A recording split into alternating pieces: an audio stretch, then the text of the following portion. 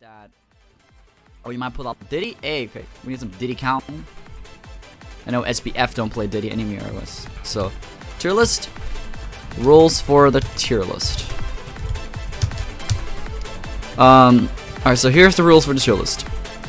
Number 1. Each tier is a group that is not in order. That means regardless of what placement the character is in that specific tier, it's not ranked higher than any other character in the tier, inside the same tier, because I think it's stupid to say, alright, this character is clearly better than this character and all these characters. Like, I think like it's more about, okay, these characters, like these type of characters and these specific characters are probably better than this group of characters. I feel like that's a lot more realistic and a lot less. It's a lot easier and you can be a lot more precise, because instead of thinking specifically, you think more like it's an estimation, and estimations are more precise when we are dealing with something this complex. This is basically every single character in the game, and since I've been solo maining Falco for years now, there is a lot of dedication and a lot of knowledge into each character. Knowing all the information needed to make a 100% true tier list, or a tier list that's even close to redeemable for each character is nearly fucking impossible. You main Pikachu and Duck Hunt. Alright, Duck Hunt's actually in this game. Rule number 2. This is based on personal opinions. This is based on my personal opinion. My personal opinion and experience. Tournament results had no effect on this list. Results have no effect. List. This is purely based on what I believe the character meta is like. So as I said there, no results are used to contribute to this, because I believe results, that's the players doing, not the character. If MKLeo decided to solo main Isabelle, he could probably still win major tournaments. As long as you have a good neutral, understand your character's weaknesses and strengths. Each character has a weakness and a strength. Like every character has a weakness and a strength. No character has only a weakness or only strengths, which means that technically you can push each other.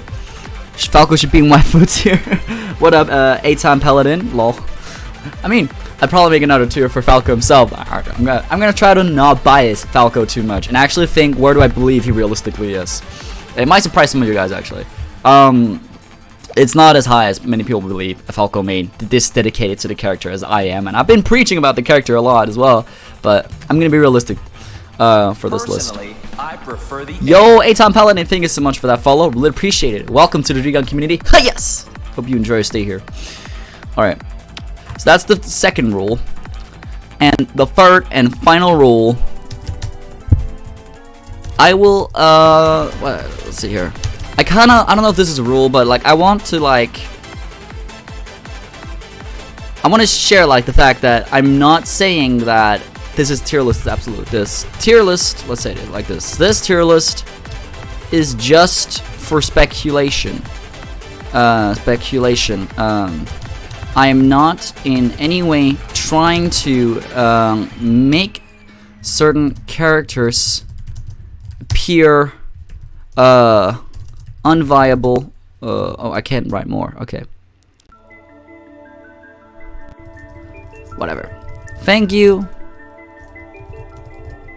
for understanding. Enjoy the list.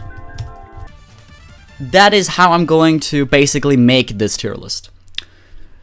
So now you guys have an idea of how I'm basically gonna do it. Alright, gonna be cool to watch. Hey, thank you for that, Vikiki and Suit of City. This is by, not results or what? Yeah, this is by my own personal opinion. I don't want to take in consideration of results. because results, in my opinion, is the player's doing, not the character. And while characters can enhance results, I still don't want to compare results with characters, because then I'm also kind of making a tier list based on players, and I don't want to do that. I will talk about, though, like what results characters have gotten probably, but I will not talk about the player, but more or less just about why I believe that they're getting these results, more or less. So, first thing we're gonna do is we're gonna find the characters that I believe, or I'm gonna try to find the characters that I believe are some of the worst in the game. And here I'm gonna basically look at what I've played, what I've seen, what I know, and just in general, when I try to, like, in my head, like, add up all weaknesses and strengths together of a character. So, the first character that I'm probably gonna pick out here, because I've also played against the character. The character is super slow, character is pretty easy to gimp, and the character is also really easy to outplay neutral if you read it right. The character can do some things. Each character, all of these characters are viable in my opinion, because viability to me is not so much about are you able to do something, because you're always able to do something. So it's hard to say. If we can, I can basically say that everything under mid would not be viable because it's not as consistent as the top. But I do believe every of these are tournament viable if all of these are like major top 8. We could say major top 8 viable, as in that you're consistently going to get top 8 at majors just by dedicating as much time into this character as this character. Then I gotta say no, not every character is viable. But I do believe in theory that all characters in every single game can theoretically like place high at a tournament. I feel like it's consistency. Like top tiers are more consistent than bottom tiers. Like it's consistency and it's difficulty. So like the higher up the character, the easier it is to get results with the character. But at the same time, if you wanna main a character, like for example I main Falco, if you want to make a character that not too many top players believe is viable or all that, don't be scared, because at the end, tier lists, in my opinion, I also feel like it's very important saying before I begin, tier lists are just for speculation. They are not rules at any art. Like they're not rules. They're guiding. There's a guidance, I guess you could say. They're a guidance. They're a guidance to what characters are strongest in the current meta. They are not rules per se. So you shouldn't be scared of playing a character in tournament because maybe, let's say, oh, somebody thinks Kirby's terrible, because you still have tools. And however you choose to use those tools, if you outplay your opponent, you win. Simple as that. But the first character I'm going to put here as one of the characters who I think weaknesses or power strengths is Piranha Plant. And the reason about this is, first of all, the Spike Ball, neutral B, is pretty good. But it puts you in a kind of punishable situation, and it's one of the main tools the Piranha Plant has. Otherwise, Piranha Plant has forward air, back air is pretty good as well, but really, Piranha Plant just gets camped out really quickly, really easy to outplay neutral because of how slow Piranha Plant is. Recovery can be punished with counters, and generally, there's only a hitbox on the side, so pretty easy to, like, if you time it right, Piranha Plant's pretty dead off stage, and just in general, many of the tools don't lead into each other as well. It's very much one hit, one hit, one hit. Like getting a free hit combo with Piranha Plant is something you've got to work like a lot around. You can do like Spike Ball chain to up the forward air, but as I said, that move is pretty punishable. So I definitely do believe Piranha Plant is one of the weakest characters in the game. Definitely, as I said before, each of these characters, all characters can still do something. So you can still main Piranha Plant and still do well. It's not what I'm saying, but I definitely do feel like Piranha Plant is one of the weaker characters at the point in this meta. Let's see here. Who else we're gonna put here? I'm gonna have to say it. King K. Rool. And that is because that King K. Rool is super punishable if you know the matchup. His neutral B, very good range. His side B, very good range. But in general, I just feel like when playing against King K. Rool, unless my opponent's outplaying me super hard, I'm basically usually always at advantage in ledge. I can just grab, you can grab the crown, and that's basically one projectile gone. And the fact that his belly can break, and that's a semi-shield break, for some characters, that doesn't really matter too much. For characters like, let's say, like Falco, Incineroar, Fox, characters that have moves that are really, really good in neutral that hit upwards, kind of screwed in a way. And I just, in general, I just don't feel like King K. Rool has, like, his strengths are there, but you really gotta work to get them running. And like, if you want to do anything with this character, like for example off stage, you gotta commit hard. And the up B, while many think it's hard to edge guard, all you really gotta do is hit it from the side, or you can even sometimes parry a ledge, and many moves can hit underneath as well. So King K. Rool, one of the characters that I feel like definitely, he did seem really strong at the beginning, but once you learn to outplay him, I just don't feel like he really is as strong as I would say.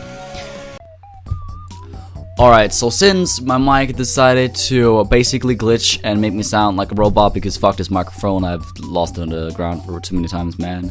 I only got one person to blame. But whatever, here I am, and I just want to quickly go over Isabelle because you basically can't take anything from what I said in the stream. Really, the audio just messed up. But so quickly, Isabelle, her strengths are her edge guarding. Her edge guarding is pretty damn good. Her ledge pressure is also pretty good, and her setups are pretty good as well. And once you do get a setup, it sometimes can lead into a kill. And you know, in the range where she can use the fishing rod, that is also pretty good for her, and she can do a couple of things there. Her weaknesses, though, being her very linear neutral, her extremely punishable recurry, and the fact she's very setup based. Yeah, I feel like if Isabelle doesn't get her setups, there's not really much she can do, and that's mainly why I don't think she's she's that strong of a character, because that, you know, having to be setup based means you need to condition your opponent very, very hard in order to get anything going. And unless you get anything going with her from the conditioning, then really there's not much you're gonna get from her. I still know players that really carry Isabelle, or will kind of, you know, optimize Isabelle in a way, and it's really, really cool to see. Like Abuchi, of course, who played against Ally, and there's also Sir Shy Guy who plays Isabelle from my region specifically. And you know, so I know about the character, I know how strong the character can be, and how you can dominate with the character. But again, that's the player optimizing the character, because as a character on its own, flat down, I just feel like Isabelle doesn't really have the tools, she has tools, but the tools are not like, they can't really do what they should be able to do if she wanted to be something like low tier, where she's exploitable, but her strengths are good enough to really keep her going. I just feel like her weaknesses do overpower her strengths, because even no matter how strong she is, I feel like unless you as a player really go out and optimize her, her strengths are really not gonna carry over her weaknesses, or her weaknesses are just gonna destroy her strengths really. And that's really sad, because she's really punishable off stage. You gotta commit to fishing rod if you want to go back to stage, that's punishable. Up B is very punishable, especially recovery, especially like if you just hit it from above, it's just dead.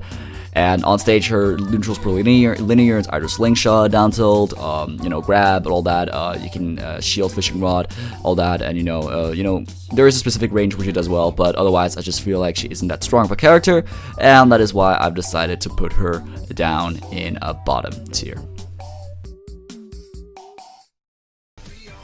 I'm gonna have to say Jigglypuff, because she does have forward air, up air to rest, a lot of aerial pressure, but she dies so early.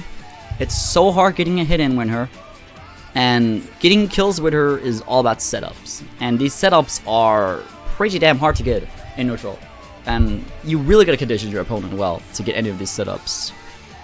I really think Jigglypuff in this game has done, she's stronger than before, but every character got buffed in a way that just makes it really hard to kind of like rank her in a way. Like it's really hard to like say if she's this or this or this, because all the characters got so many buffs, and like the game in general, like it doesn't take as much to be one of the worst characters, I feel, especially because one of the worst characters isn't even that bad, I feel.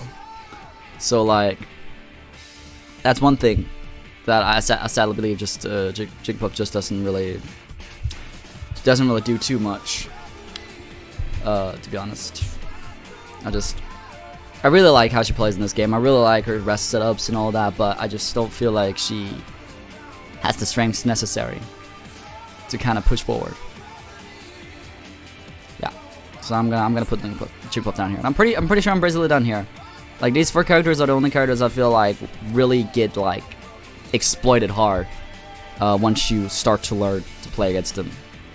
I feel like all the other characters can like adapt in a really good way, but these characters are just, once you got them in that one position, they're just, yeah, it's just sometimes really easy to nitpick what they're gonna do and how they're gonna do it. I'm gonna move on up, and the first character here would be Mii Brawler, because Mii Brawler has crazy stuff on shield, but Mii Brawler's recoveries are usually all pretty telegraphed. And another thing is that Mii Brawler's moves, like, they're all in like a big circle, and if you really can just outrange that circle, you really just want neutral against Mii Brawler. And the projectiles Mii Brawler has, like for example the cannon, the shot put, is really slow, really punishable. Many of the special moves are really like, everything's just telegraphed about this character. I feel like if you get a hit in, you really do get a hit in, but if you avoid one combo, that's tough for Mii Brawler, because there's really nothing they can do to hit you back. Like, it's gonna take a lot of work to actually hit you again. I feel. So I'm gonna have to put Mii Brawler there. Probably gonna have to say Mii Sword Fighter. No, Mii Brawler. Mii Gunner is here as well, because there's a lot of setups to Mii Gunner. Forward air is still pretty good. But overall, again, you really gotta condition your opponent hard to get anything going with this character. Once you do get something going. But I just feel like all the recoveries are really much like the same. Like, they are different in a way, but they are pretty much like the punishes for all of them are the exact same. So I just feel like it's very hard for Mii Gunner to recover if you take their double jump. Like, it's a pretty free kill, to be honest. And if you have a reflector against them, goodbye. Like, their neutral is really not too amazing if you have a reflector against them, and it's gonna be hard to do anything really if you can just reflect bombs, forward air, side B, neutral B, all that. If you can reflect that, it's just over really. So yeah, those are some weaknesses that I feel like are really exploitable here. Alright, Kirby. Kirby's a character that's very interesting because Kirby does have some strengths that are pretty crazy. His kill power is actually pretty damn good. His back air is insane, his forward smash is insane, even his forward air is insane, and his hammer is also really good, and has super armor now when you release it, which is crazy. And in general, like, Kirby's attacks just got buffed really hard. One thing though that Kirby doesn't have as much anymore is speed, and like, not I'm talking about speed on the ground, I'm also talking about agility in general. His combo game is still there, but it's a little more clunky, a little bit less like fast and rapid as it was in Smash 4. And that's one thing that really made him going in Smash 4. I feel like when he really started something out, he was always in your face doing shit. This game, once you get a down air, you get an up tilt, get an up air, it's hard to continue from that, you know. The opponent air dodges or jumps away, you gotta have to deal with that. Smash 4, you could just keep on going forward, which is one thing you can't do with Kirby in this game anymore, sadly. That's one thing I really feel is sad about this character. That I just, I kind of wish that it would have been better, but yeah. Zelda. I play against numerous good Zeldas, and also looking at her kit, this, what do you call it, the Shadow Knight? I don't know, the knight that she summons, you know, the guard she summons now in this game is a little bit better because you can actually walk around, you can actually set it up a little bit more. It's a little bit more reliable, but I just feel like when you start getting into the head of a Zelda player, the recovery is very punishable once you understand how to punish it. Basically, all you gotta do is you gotta bait it out either as an aggressive option, or if they try to go for a ledge, you just gotta stand at the ledge, wait till they do it, and once they are there, the hitbox is gonna come out. And the thing is, if she hits you, if you shield the ledge, the up B is usually always going to hit you because the hitbox is big enough to hit your ledge. If you shield it, there's extra lag. So if you time that right and shield it, they are in lag. And that's a pretty easy ledge trump. If not ledge trump, they're forced to get up quickly because the end lag just makes them a lot more punishable. And if they try to do it aggressively, just hold shield. If you just hold shield, you're not going to die. Like, and there is not too much end lag on it, but there's just enough end lag that you're able to punish it with most like strong moves and characters. And that's really strong, because that means that you can punish up B aggressively used a lot more than you could in Smash 4. And I mean, I feel like neutral B is always very funny because it does what it does, and it's hard to approach neutral, but if you just shield neutral B, you can grab. So like that's one thing that's kind of stupid, like one thing that I feel like you shouldn't be able to do, but you can. If you shield the first hit, it's just you apparently don't get hit by the other hits, and you can just grab. And that's one thing that's super stupid that makes it really punishable in neutral. I will say though, her kill power in this game has definitely been buffed. Her forward air, her back air are all extremely strong. Her Shadow Warrior, her down B is extremely strong. Her Din's Fire is very, very strong as well. Her forward smash is insanely strong still. And what am I thinking? Her up tilt really got a buff. Her up air as well. Her up air is really good now. Another character I'm gonna put here, Lil Mac. Now, Lil Mac is a character that's very interesting to me because he got very buffed. And he's very strong now, like in terms of kill setups. But I definitely feel like still Lil Mac is a character where that he's on ground, he's doing good, yeah, he's catching you off, he's you know getting the hits in, all that shit.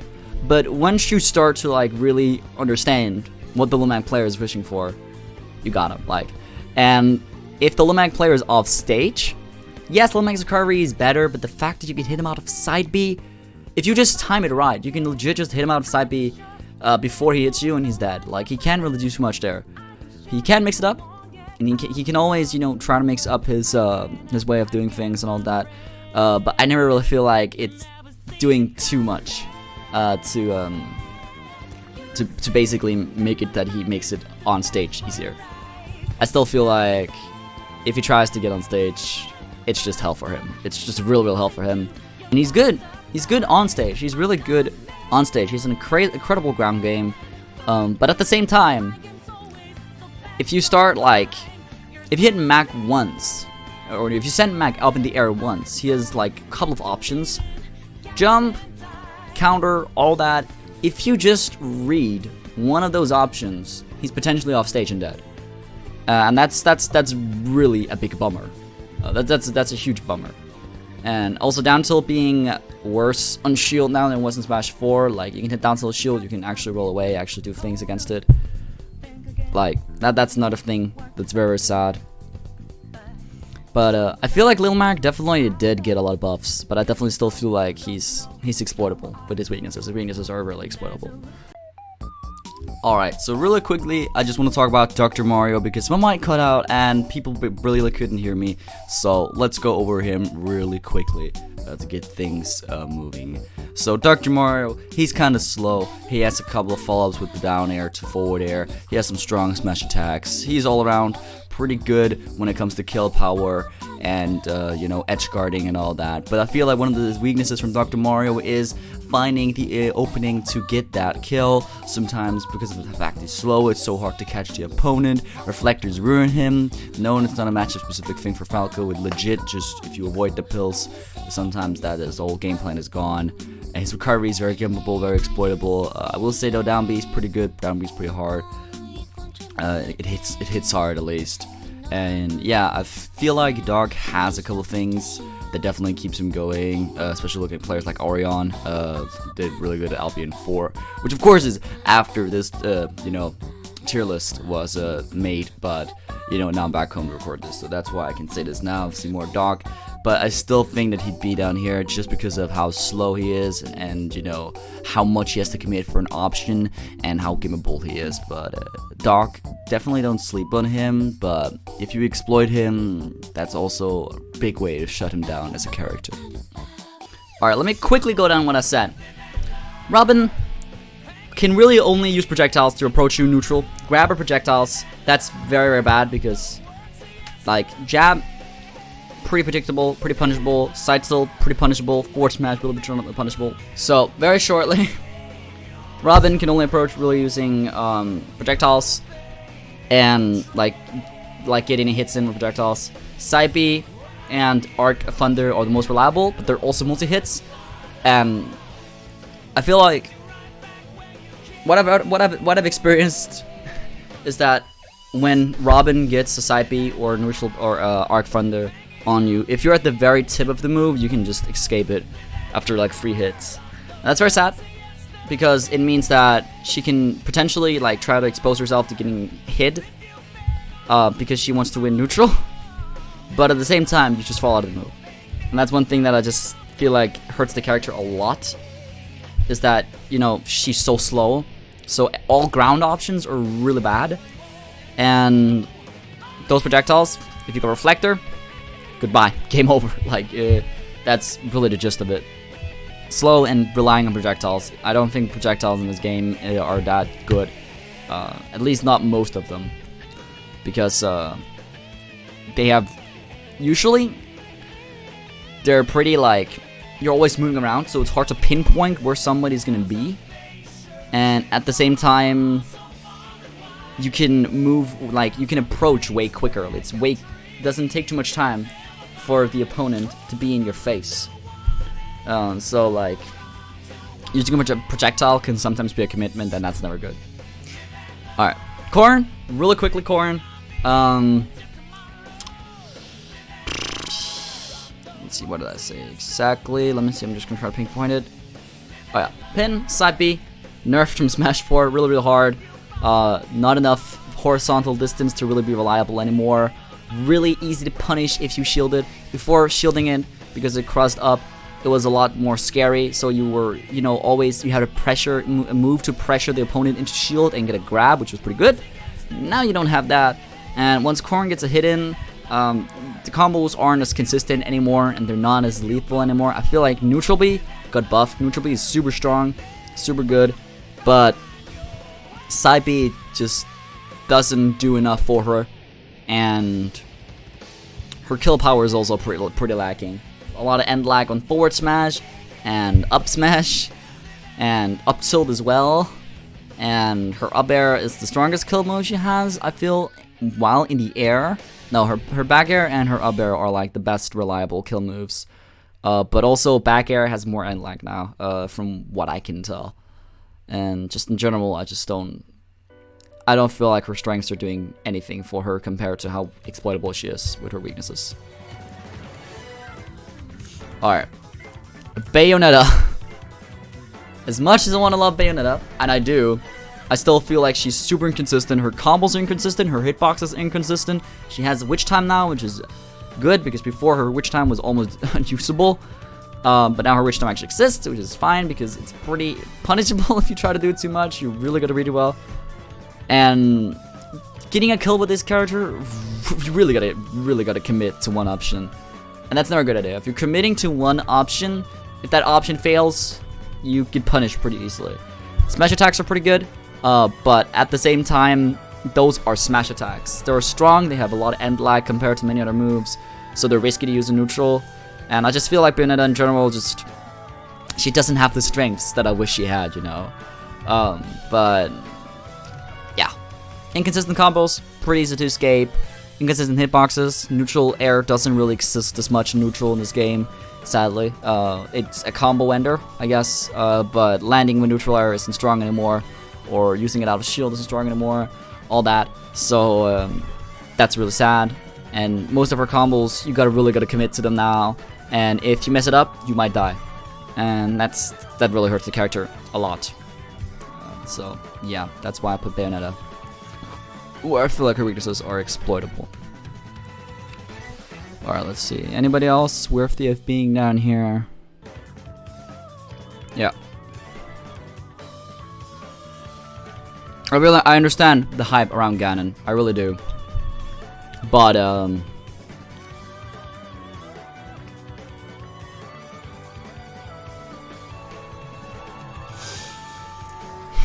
I just feel like he's still very exploitable. He's definitely still really strong. He's definitely still really strong. But in neutral, he's pretty easy to outplay. Off stage, he's pretty easy to exploit. And I feel like for as fast as he is now, his ground game is still not too good. I don't really feel too threatened by Ganondorf on the ground. It's really either I get a grab on him or I get a hit on him and I get a combo regardless of what character I'm playing. Or I get hit a bit, you know. I feel like since the character is still super read based, I just don't feel like he's quite there yet. I definitely feel like he's stronger than he was previously. But I just don't feel like he's quite there yet. Just to be honest. Another character I feel like with this is Bowser Jr. I also don't feel like Bowser Jr. is that strong yet. His side B is still pretty punishable. Up B, pretty punishable. He does have setups. He does have things he can do. His forward smash at ledge. But in general, if you start, you know, exploiting the Bowser Jr., there's really... It's hard judging characters like this. It's really against my nature.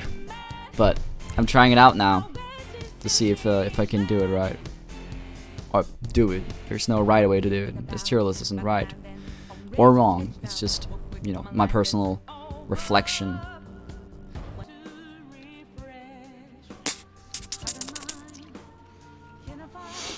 Probably gonna have to say Meta Knight. Just because his ground game is a lot worse in this game. His aerial punishes are a lot worse. The best thing about him is his ledge pressure and his ledge punishments. I just feel like once you start exploiting Meta Knight, you really start exploiting Meta Knight. It's kind of hard, really, to get anything started with Meta Knight. His conversions aren't as great either. His individual hits are strong, but individual hits aren't enough to do it, I feel, unless they're so strong that they overpower. Like that the individual hits are strong enough to, you know, basically outplay you in neutral all the time. That's just how I feel. Alright, let's go with this, and I'm just gonna go ahead and add the characters I was skeptical about before. Yeah. These characters. These are the first characters I'm gonna add here, where I feel like their weaknesses and strengths are even. King DDD, big, floaty, combo, you can combo him a lot. And, you know, his options are pretty slow usually. But his Gordo, completely, like, his Gordo is so good to catch. At the ledge, it's lethal. It's insane at ledge. Gordo together with Jet Hammer at ledge is crazy. Absolutely insane. And at the same time, the thing about DDD is just that when he gets a punish, he really does get a punish. And he does have a lot of moves that have range and are really good at catching you off guard. So finding an opening with DDD usually isn't too difficult, I feel. The thing is though, like, DDD gets hit pretty easily, and you know, if DDD tries to avoid your combos, you can either jump or use a move, and most of them are punishable. I feel like it's a mix-up between jump or neutral air from the most DDDs I've played and seen. But still, like, even if he does get comboed a lot, and even if he is pretty bulky and pretty heavy and, you know, doesn't really have too many fast options, Gordo is still super scary. If you have a Reflector, it's way harder for him to do a lot. So that's one thing I really think outplays him is Reflector. But once he gets a hit in, he definitely gets a hit in. And if he catches you at ledge, reach you at ledge at like 100%, you're maybe dead. And that's super scary. against DDD. I feel like that's super scary against them. Dark Samus and Samus they have scary ground game because of the charge shot. The bomb and ledge is also really good to catch like people off the guard. I feel like they're pretty limited though. I don't feel like they have too many tools to you know, kind of play around with and mix up both for their projectiles or both the charge shot and side B, the missiles. I feel like the charge shot is strongest. Missiles can catch you off guard, but if you just stay above the zone of the missiles, like if you just jump over them, that's already a huge gap that you just cleared. Let me see this. Vicky Kiki, thank you so much for that follow. No, for the host. Really appreciate it, man. Really appreciate it. So that's one thing that I feel like is pretty exploitable with these characters, is they're pretty limited. And once you're in their face, they got like two options. That's up B, spot dodge. That's it. Like if they can also sometimes maybe jab, but jab is very inconsistent, sadly. So if you reach that, or if you somehow just outspace it or spot dodge it or anything, they're screwed. Alright, we don't have to make this list too big. I'm just gonna do this. I feel like both of these characters are up here, to be honest. Maybe not Meta Knight, but Ganondorf is. Because his strengths really does outpower weaknesses, because his strengths are crazy. Quick kills, quick, bunch of pressure, neutral. Like, I feel like when you're advantaged, yes, you're an advantage, but when you're in disadvantage, oh boy, are you in disadvantage.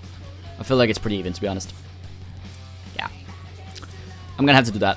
Gonna have to do that. Lucas, really interesting character here. So,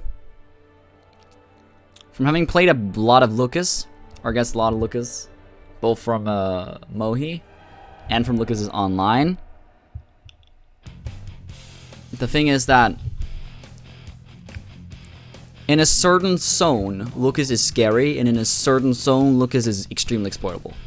Like, if you're just far enough that you can Reflector, PK Fire, or shield it, still avoid Rope Snake, it's pretty punishable and pretty exploitable. But if you're in that range where the Rope Snake will reach, that's a bad sign. That's really bad.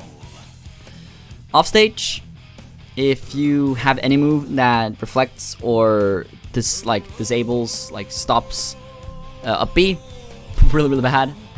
You can still Rope Snake Tether a lot of the times, but if you hit him out of that, it's also pretty bad. And in general, I just feel like Lucas has his strengths, especially like his ledge pressure is insane with down smash, down tilt, back throw, like all that. PK Fire to catch you off guard. And you know, when Lucas gets in range, in like a range where he has Rope Snake and PK Fire, but he's not like in range where you can hit him up close, he's super scary. When he's not in that range, it's kind of exploitable and kind of easy to just catch off guard or on guard even sometimes. And you know, I feel like he's not too good at escaping combos either. He's pretty easy to get combo with or combo against. Wii Fit Trainer, I know a lot of people are like, oh, she's high tier, oh, she's really strong. I just feel like her moves are very limited. Like, she doesn't have too much range, and all of her moves have very precise hitboxes, so it's very hard to get a hit in with her. She is super strong when she's powered up by down B. She definitely is, by meditation, I think it's called. She's definitely really strong when that's there. But really, like, she's just, I feel like her moves are too precise to really do too much, honestly. Her offstage game is pretty good. Her stage games, there's a lot of pressure there, and at a high percentage, she's extremely pressuring to play against.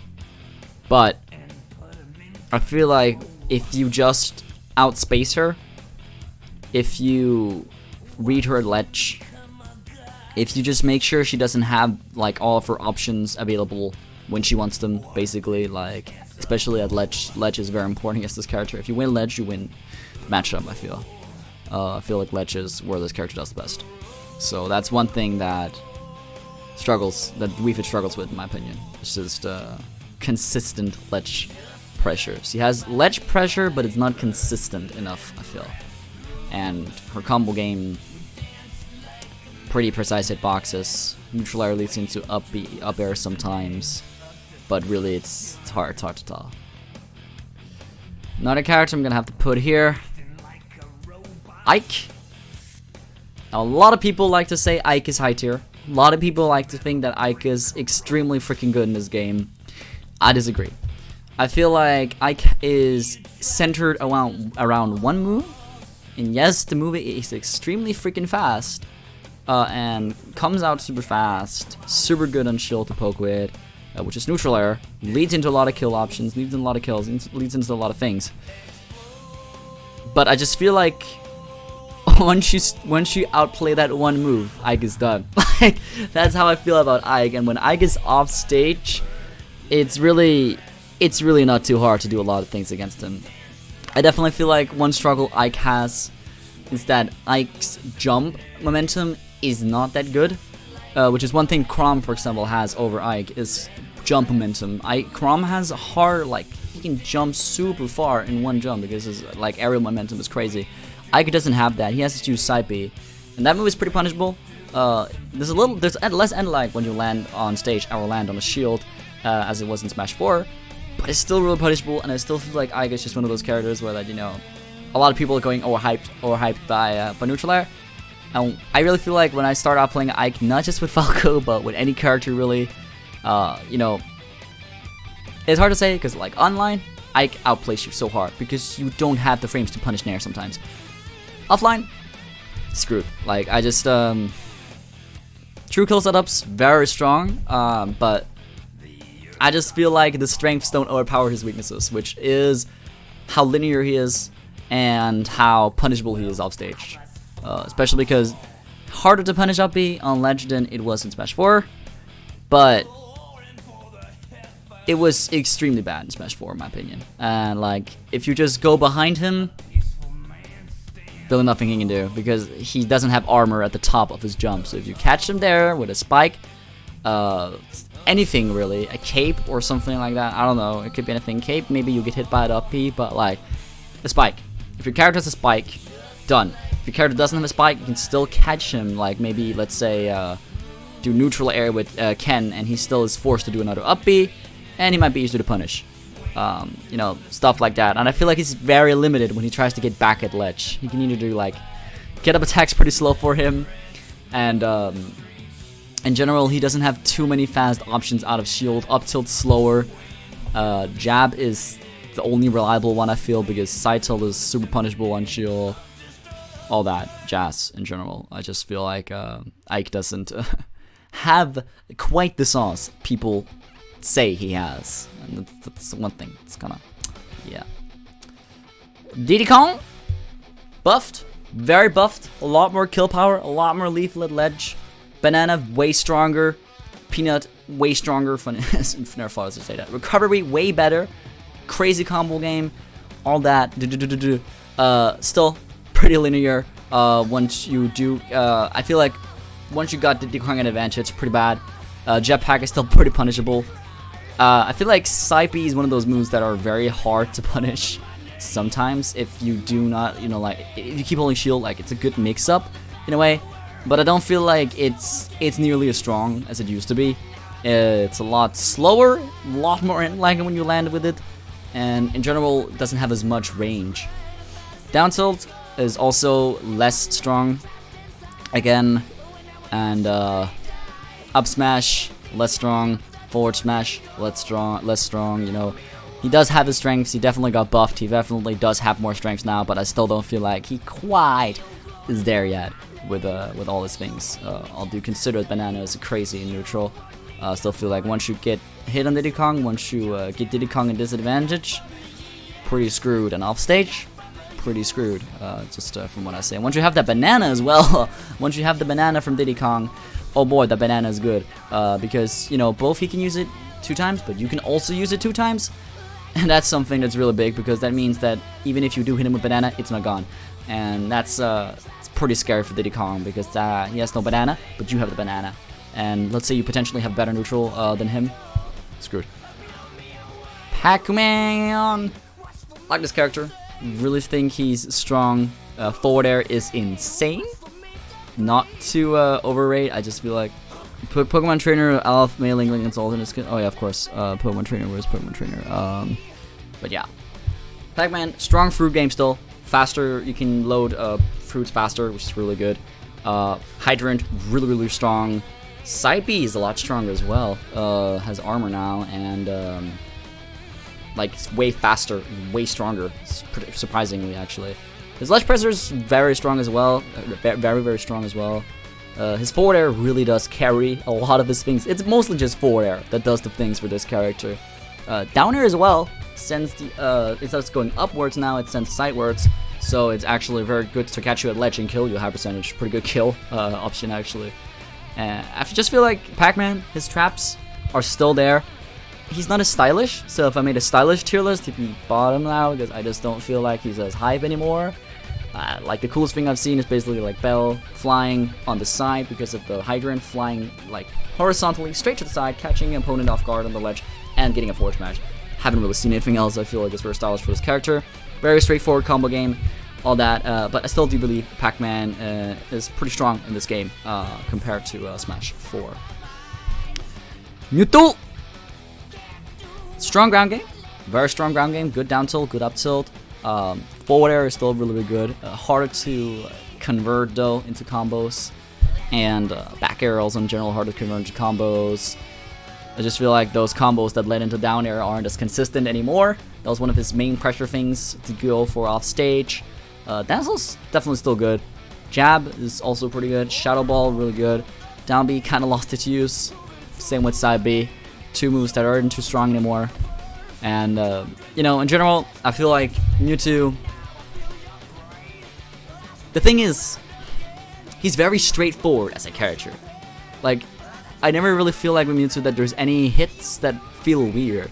They're all very straightforward. You go upwards, you're dragged into neutral air, he does like this electricity, it makes sense that you're getting dragged with them.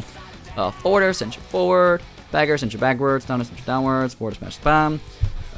Down smash is just quick, right in front of you, you know. Like, I just feel like Mewtwo's a very straightforward character. Nothing too technical, nothing too difficult to like adapt to in general. But the thing about Mewtwo is that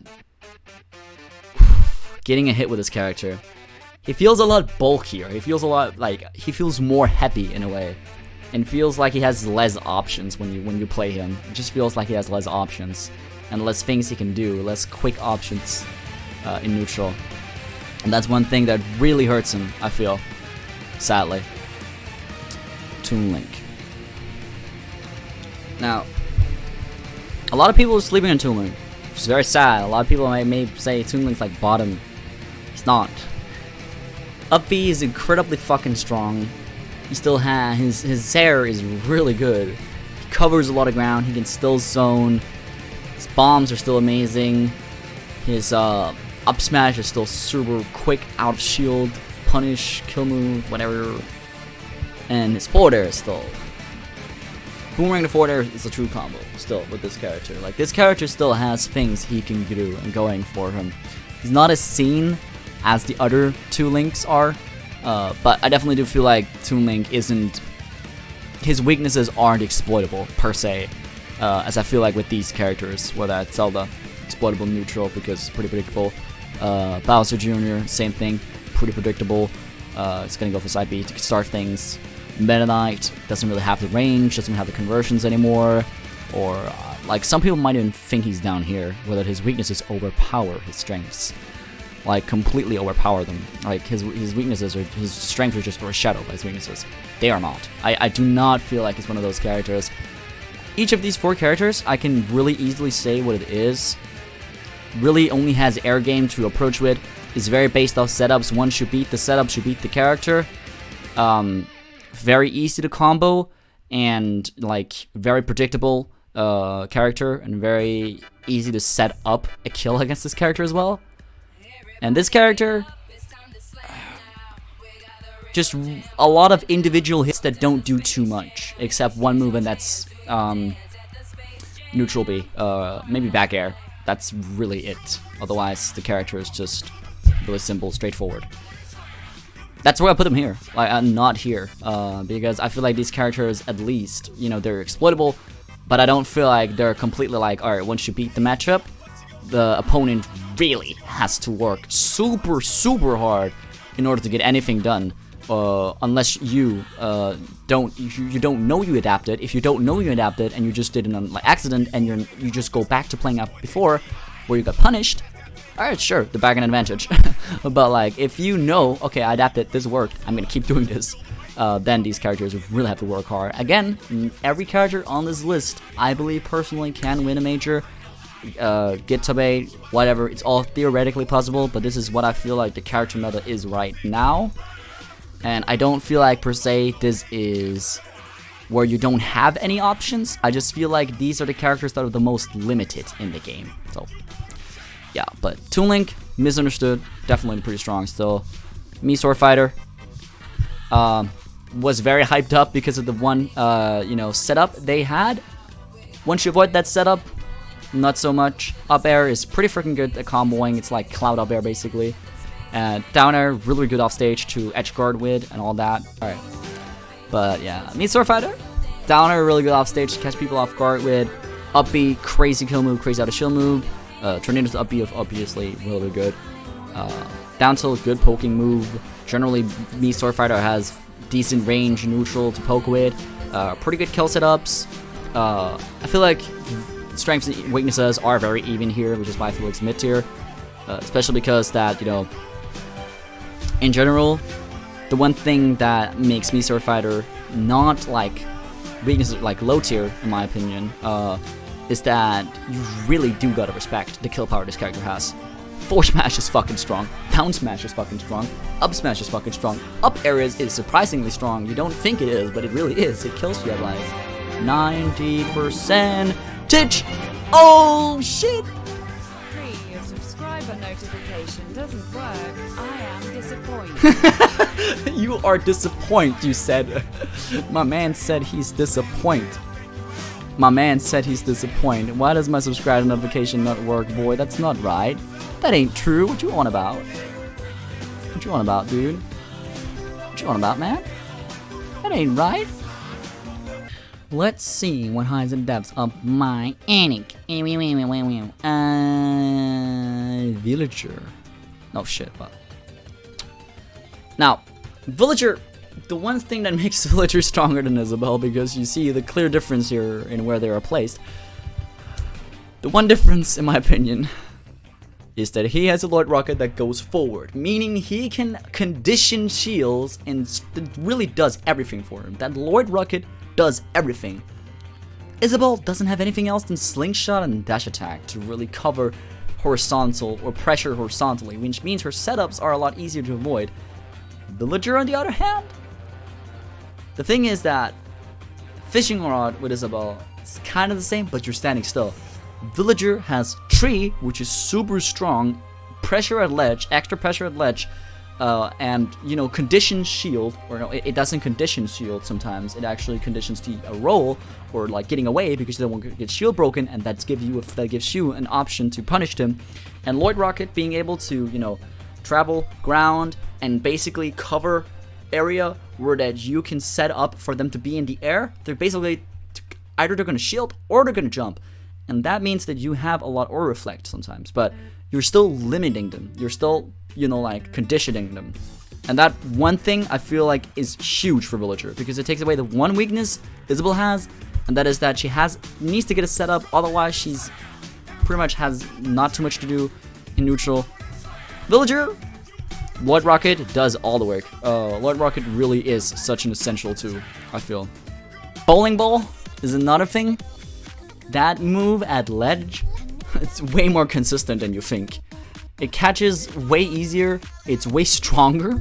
It's like 2 times as strong as it was in match 4, I believe. Like, I've seen people getting hit by Bowling Ball with Villager like 100% rage. They get hit by Bowling Ball at 40%. It's just a little bit down, they die. characters like fucking I don't know, like characters like fucking Falcon. Like what? It's crazy. So Villager definitely stronger than Isabelle in this game, in my opinion. Let's see who else I'm gonna put here. Gonna have to say Pit. And Dark Pit is in the same tier. So the thing is, I feel like Dark Pit is stronger, but Dark Pit's in the same tier. So I'm gonna put him down here. Basically.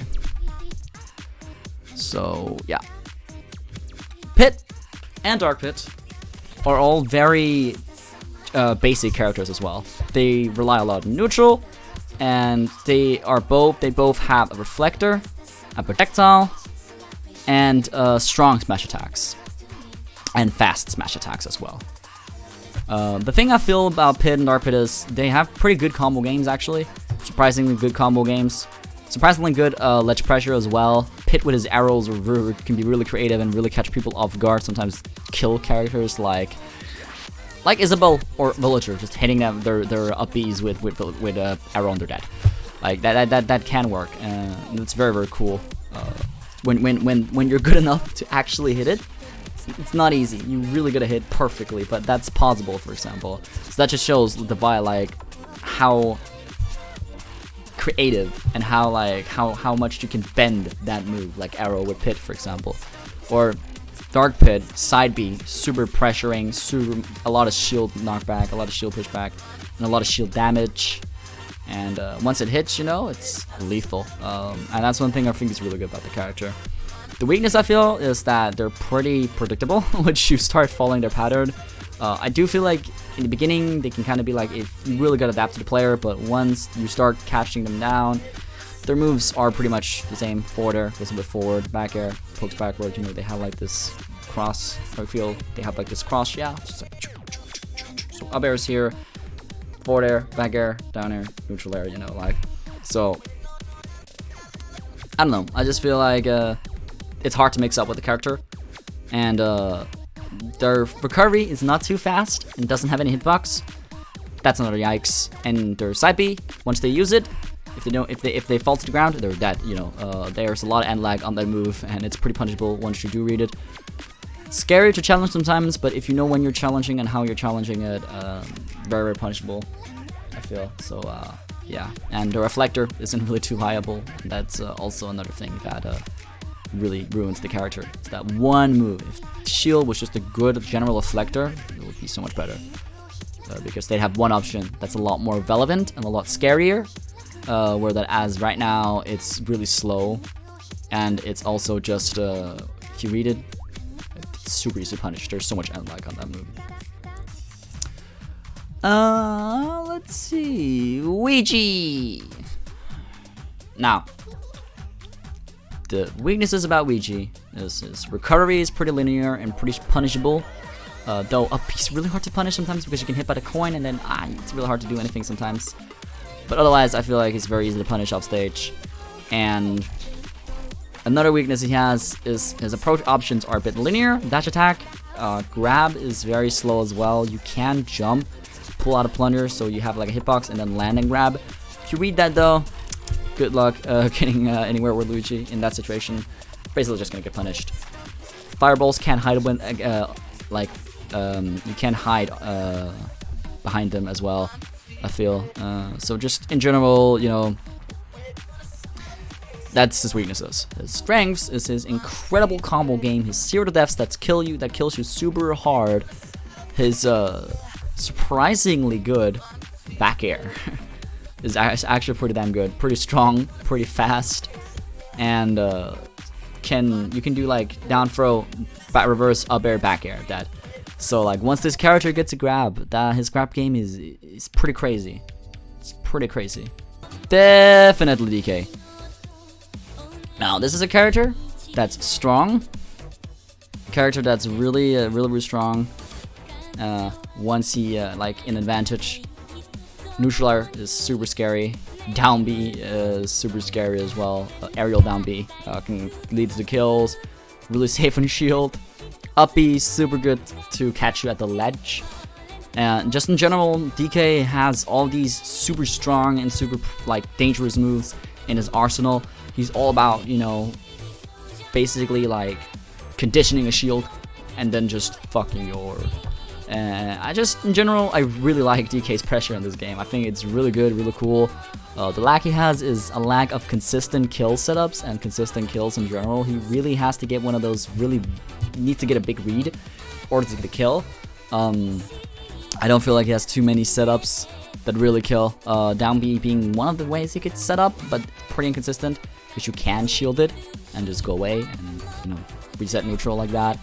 And another weakness he has, I feel, is his recovery is super bad. Like, it's really punishable from above, and it doesn't go as high as it used to.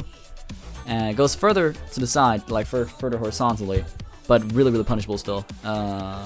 It's cool that it actually launches more now. That can be used for kills, but it still really, really punishable. Really punishable off stage, I feel, with DK. That's just, you know, one of his big weaknesses. But when he gets a hit, especially his dong punch, when he gets that, oh shit, you're in for a ride. Expands dong, you know. But definitely do still feel like that his strengths don't overpower his weaknesses in any way, I feel.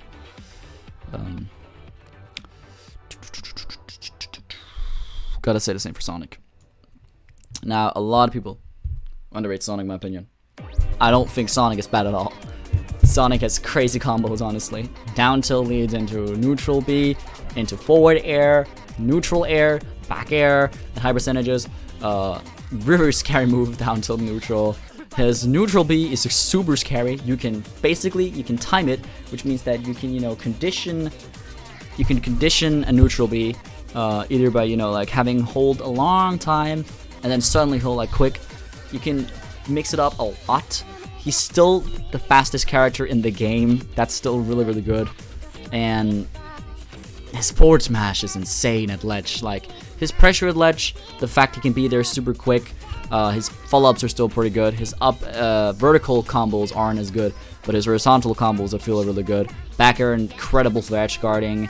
And just in general, you know, I feel like Sonic's very overlooked because Sonic's like not Smash 4 Sonic.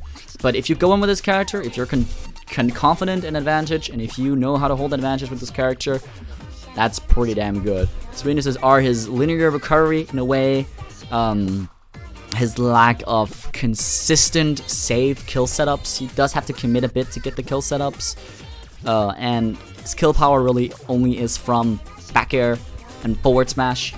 And those two moves are reliable in certain situations, but in other situations, Sonic, you know, doesn't really have too many options besides those two. If you can't get those two, it's really not too much he can do. Maybe up smash, but inconsistent because multi-hit and just inconsistent in general. But I feel like Sonic is still very scary in this game. Definitely do respect this character. I would never underrate this character if I was you guys. He's scary. Look out for him. He will give you some pain if you don't do shit about it. Sheik! Now, Sheik.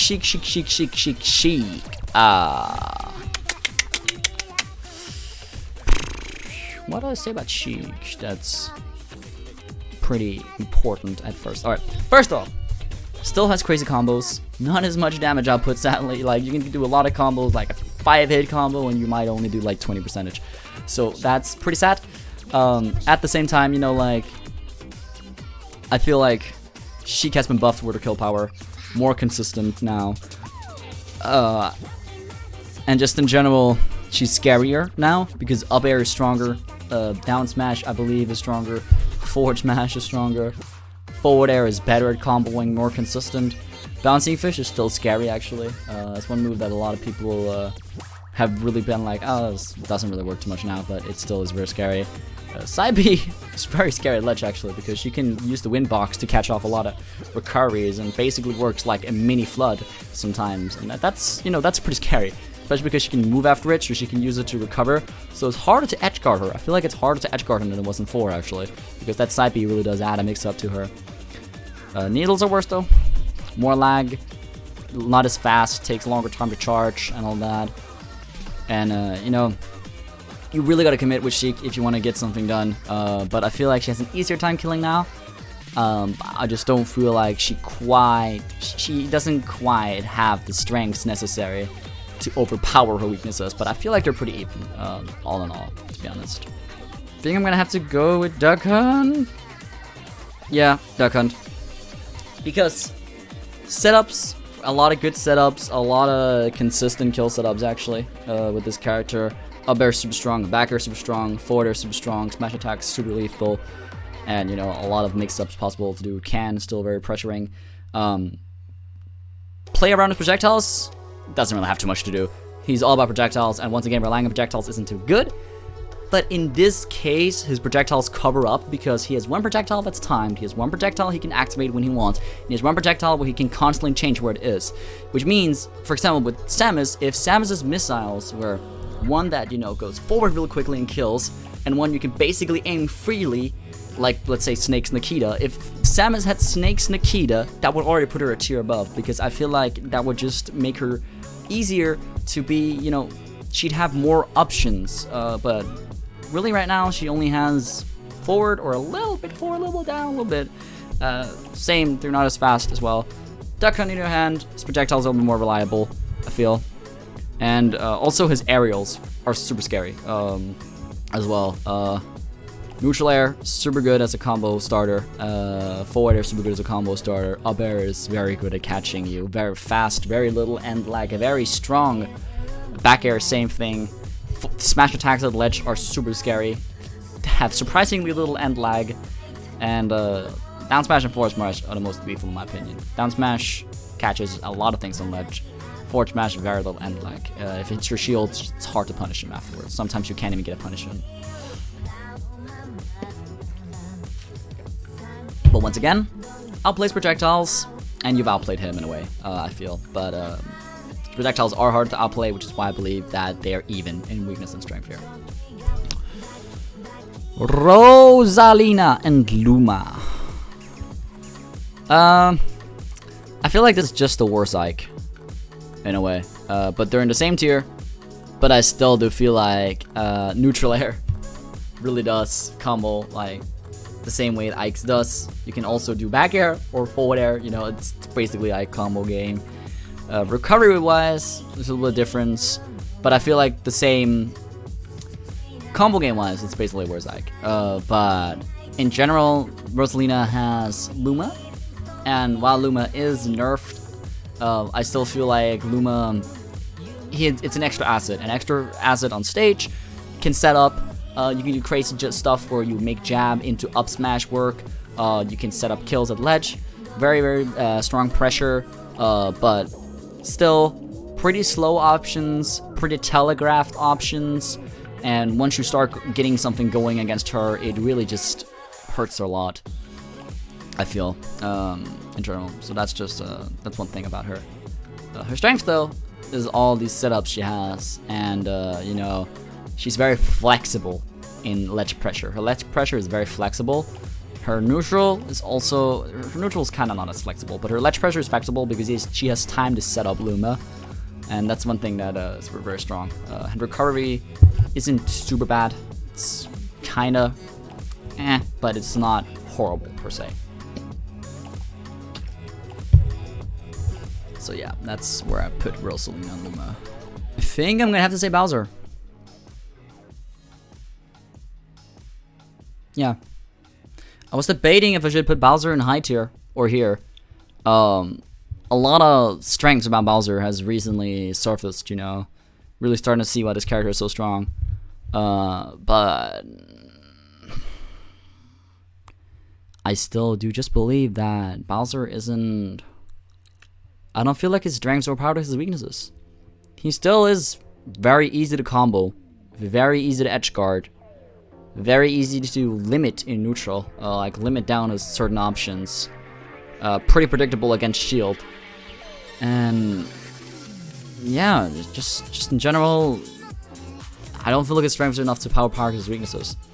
But I do definitely feel like he has some crazy strengths. Insane kill power, surprisingly safe on shield, crazy ledge pressure, amazing out of shield options. Basically, side B and side tilt are insane. Side tilt at ledge can catch you off guard. Sometimes you're just dead because that shit 2 frames I don't know, it's like 3 or 4 frames? No, wait, it's not.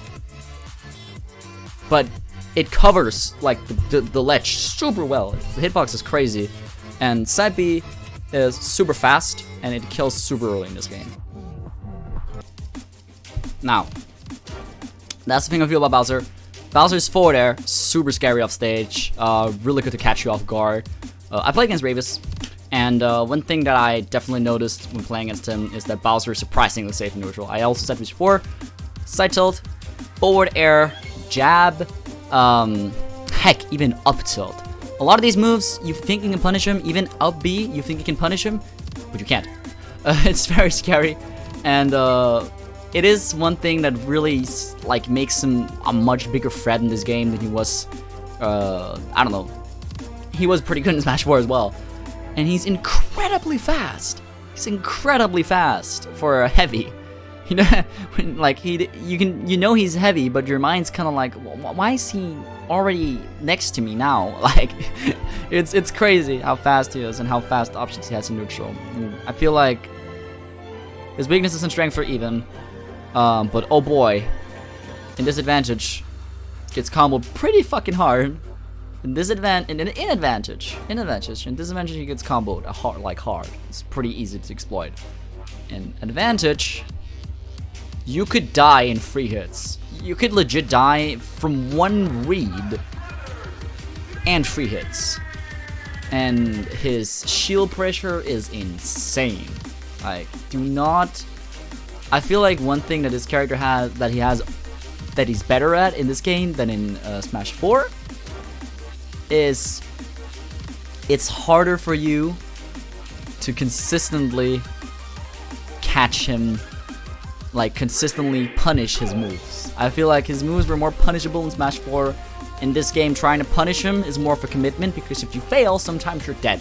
And that's like the scary part about him in this game, and why I believe that while not high tier yet, I still think he's really, really strong of a character. Do not be fooled. I'm not putting him here because I think he's just another heavy.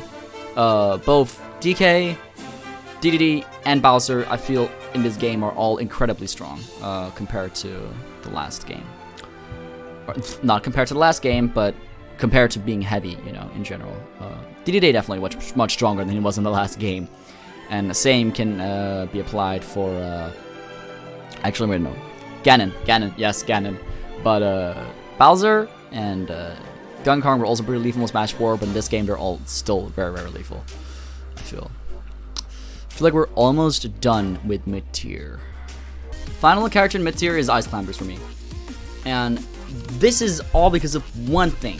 One thing, Nana. It's the one thing I think this character's in mid-tier. I've seen how top players can manipulate Nana. I've seen it. Don't get me wrong. I've seen it. But that's still an extra thing that you gotta focus on when playing the game. And since this tier list isn't about what you theoretically can do with the character, since you can always do all these things, this is about what I believe hold it down, like cold hard down to the core. What does the character give? You know. And in this situation, I just feel like Ice Climbers just, like, once they get a combo, yes, they have crazy instincts, they have crazy combos, but hit Nana, get rid of Nana, and he's fucked. Like, let's be honest. And I've seen what Ice Climbers can do. I've seen Big D.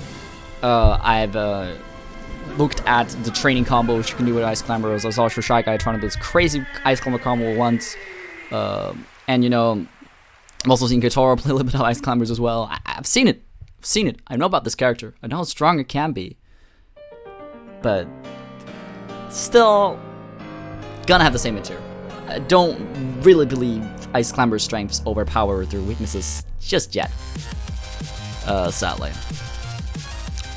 But with that being said, we're gonna move on to high tier, and these are the characters I believe where their strengths overpower their weaknesses.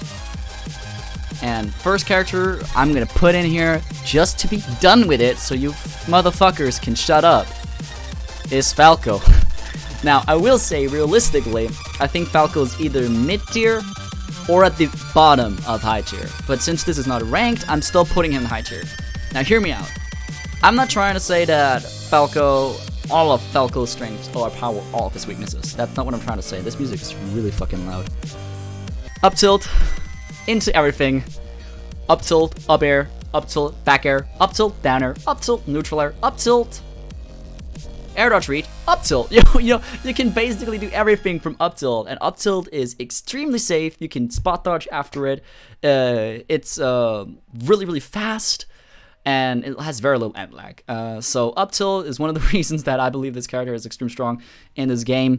Another is I have so much experience with Falco. I will say each tier list you watch is going to be biased about a character, or about the character that the person who makes the tier list mains. And there's one specific reason for that. The person who mains the character has more knowledge on that character than any other character in the game. That's just human nature. I know Falco so much better than all these characters. My Falco, even my Inkling, and my Peach, or my Daisy, can't compare to my Falco. They can't compare, and they're my second best characters next to Falco. But my Falco is still... If you're not playing against my Falco, you're not really playing against the real DreeGon. You're not playing against DreeGon, the Fred, the Falco, God? No, I'm joking. You're not playing against, if it's not my Falco, I'm not in my prime. Let's just say it like that. Same with Esam. If Esam's not playing Pikachu, it's not in his prime. If it's hard to say with Nairo because but for a character specialist, if Fatality is not playing Falcon, he's not playing in his prime. Same case here. And why we are biased towards our character is because we know so much more about them. I know his weaknesses, I know his strengths, and I know too much about him to really, not take it into account. That's just how it is. That's human nature. So obviously people are probably going to rank Falco lower than I will, because they don't see the same that I do in Falco. But maybe somebody's going to say Bowser is high tier, Falco is mid tier, because they main Bowser and they know more about Bowser. Makes sense. I don't blame you. But I'm still going to put Falco here in strengths over power weaknesses is in high tier. Mainly because his combo game is absolutely crazy. You can go to 70% from one neutral win. You have a lot of kill setups. You have extreme edge guarding. Your laser, while many people don't believe it, is actually pretty damn useful. It limits recoveries. It can even lead to kills, and it's just better than a lot of people believe. And it also can condition. It's basically like, hey, approach me in a way. Sometimes it basically messes with the opponent's flow, and that's very important for Falco. And the things that he struggled with, which is neutral, because he's pretty linear in how he wants to approach, but all of his approach options are pretty damn good. Up tilt, really, really good. Forward air, really, really good. Back air, really, really good. Down tilt, really, really good. Side tilt, surprisingly, really, really good. Grab, amazing. His grab is insane. Super fast, and super reliable. If you miss it, of course you're getting punished. That's one thing, if you miss the grab, kind of screwed, which is why you want to practice that a lot, which is also why I do that a lot. Reflector, super fast, really reliable. He has a reflector, he's a projectile, he's a combo game, he's a kill game, has recovery while being a bit punishable, or a bit exploitable, I should say. Firebird has really been buffed in this game. Firebird is crazy. If you guys haven't seen it, Gimmer made a video about Firebird. It does 41% if connected fully. It's crazy. And its hitbox is insane, its priority is insane. At ledge, you can do Firebird to stage bike people. It's really hard to tech. You can do Firebird vertically 90 degrees upwards if they get hit by Firebird, if they try to edge guard you, but they get hit by Firebird. Because the thing is, while Firebird is starting, right when you start it, you can be punished. That's where you're most punishable, or right at the end, you're most punishable. In between, you're fucked if you try to punish it.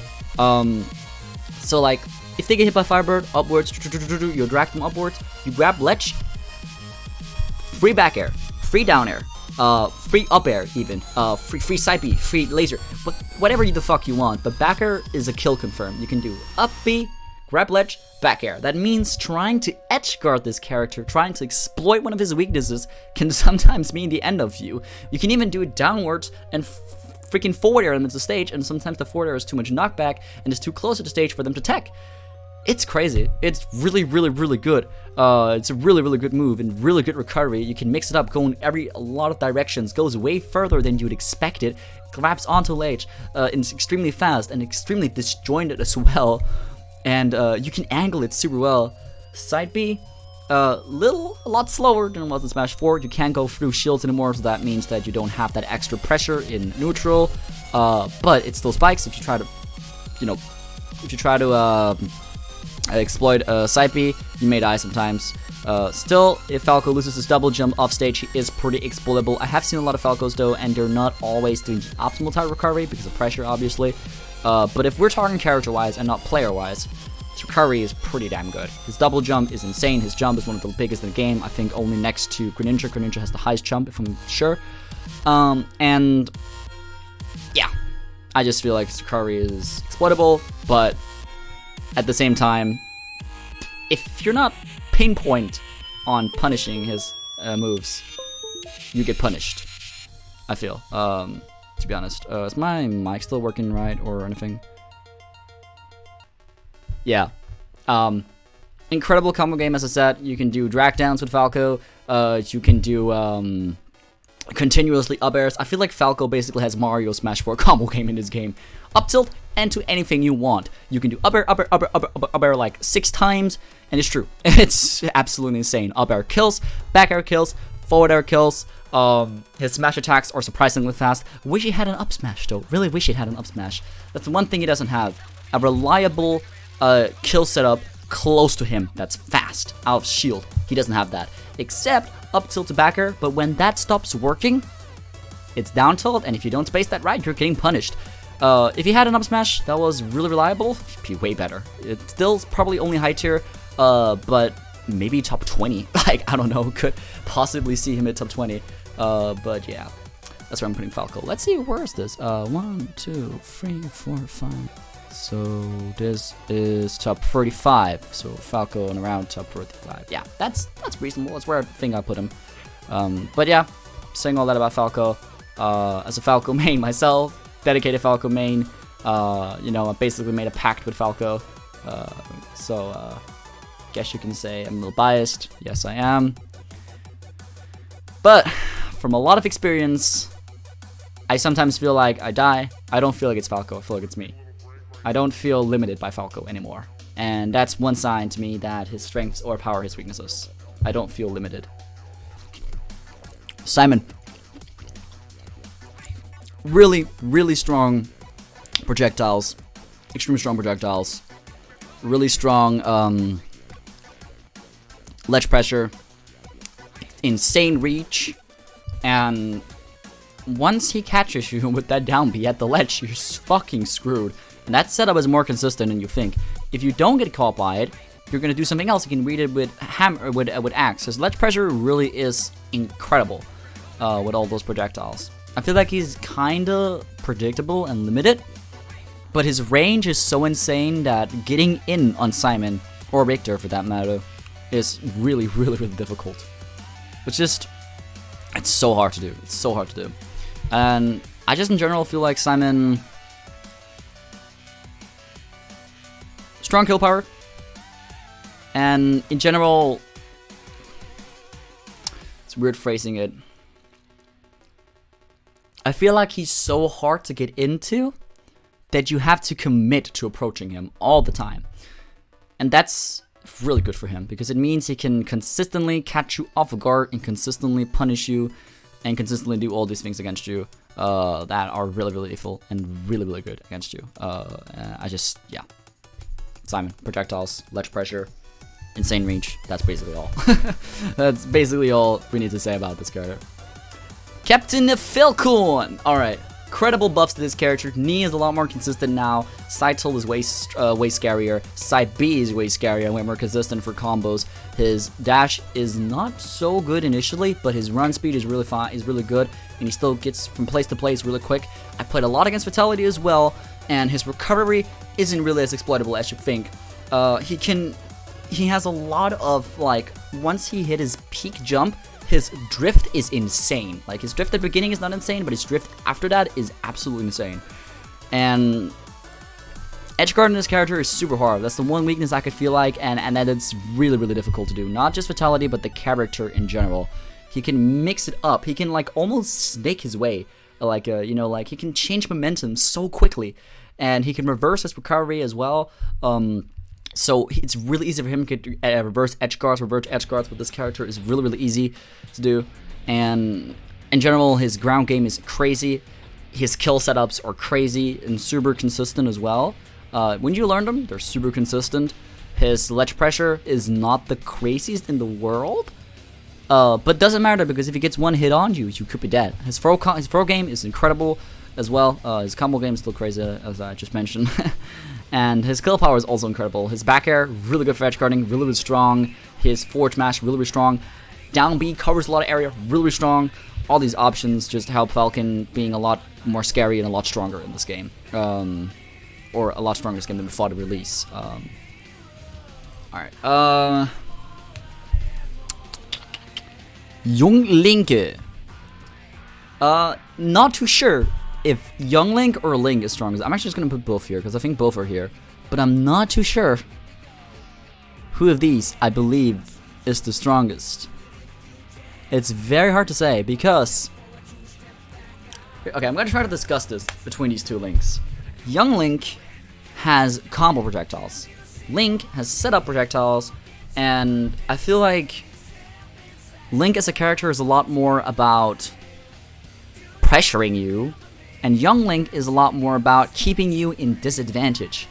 So Link is more of setup, Link is more around playing around your shield, making you scared. Young Link is more about just getting his hits, and when he gets those hits, he's really doing well.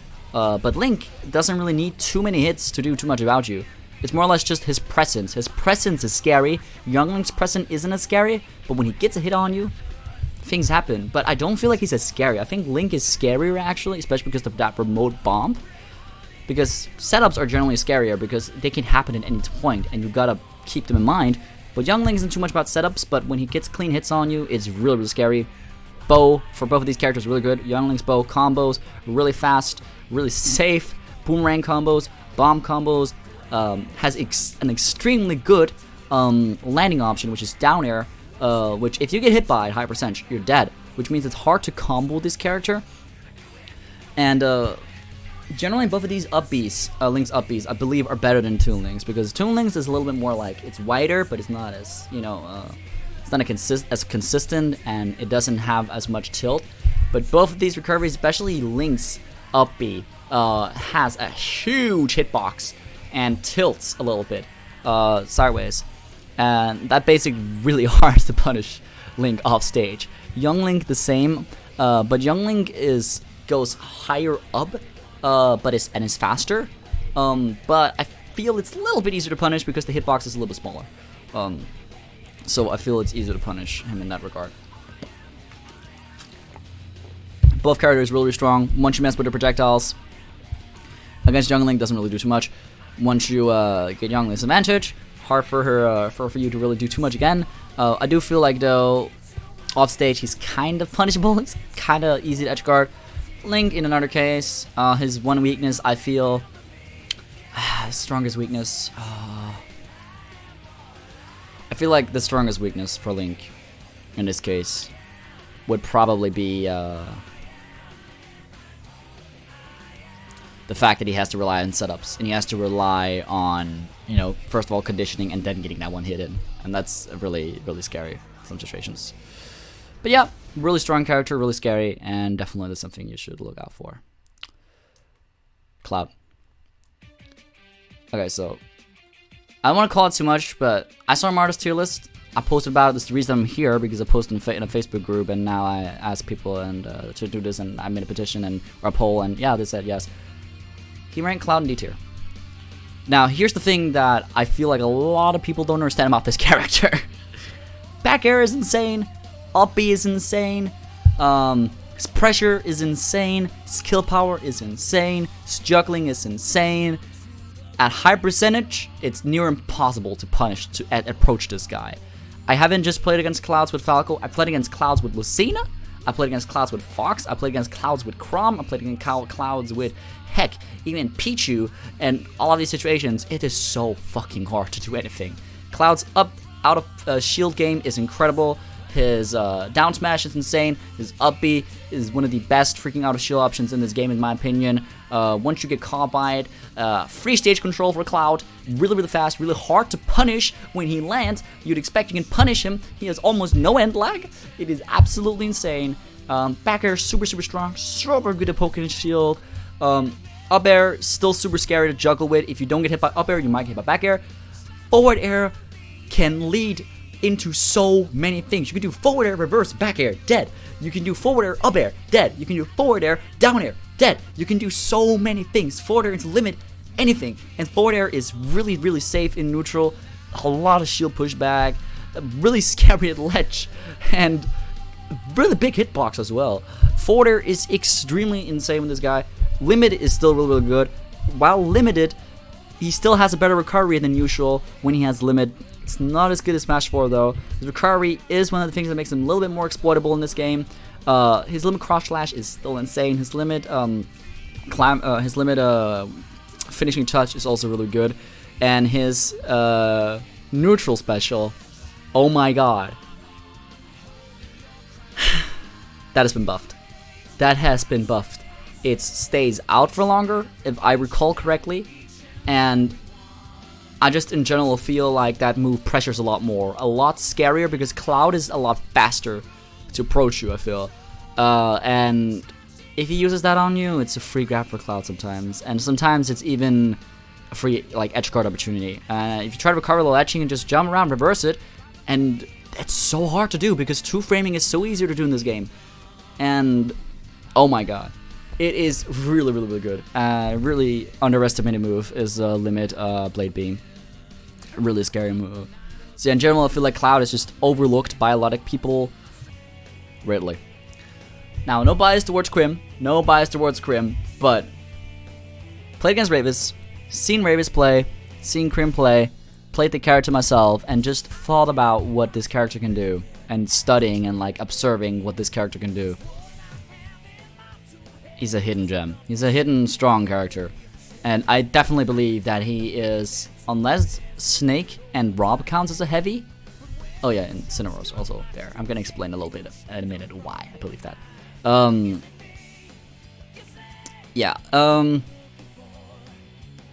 Let's just say it like this. Really has insane out of shield options. Neutral out of shield is crazy. Down tilt out of shield crazy, up tilt out of shield is crazy, up smash out of shield is crazy. A lot of things are really good about this character. His grab game is insane. His side B carries you across the stage. If you mash out of it, he can jab you. Sometimes you can shield, sometimes you can't. It's very weird. It's very inconsistent. He has Ganon side that's way better, way faster, and like you actually can't mash out of it as well. And the strongest thing about this character, I feel, is neutral B. Once you are off stage, this is not a joke. Neutral B is hell to deal with. And certain characters like Link, or maybe King Dedede, or maybe Pac-Man can deal with neutral B pretty well. Falco, Cloud, Bayonetta, even top tiers like Snake. Precisely, Snake gets bodied by neutral B. Neutral B is scary. And neutral B is not just scary because it's theoretically scary. It is good. It is scary, and it is lethal and should be respected. It is extremely good at ledge to pressure you. And you have such limited options, and all those limited options make it way easier for Ridley to punish, to like condition you and find a punish on you at ledge.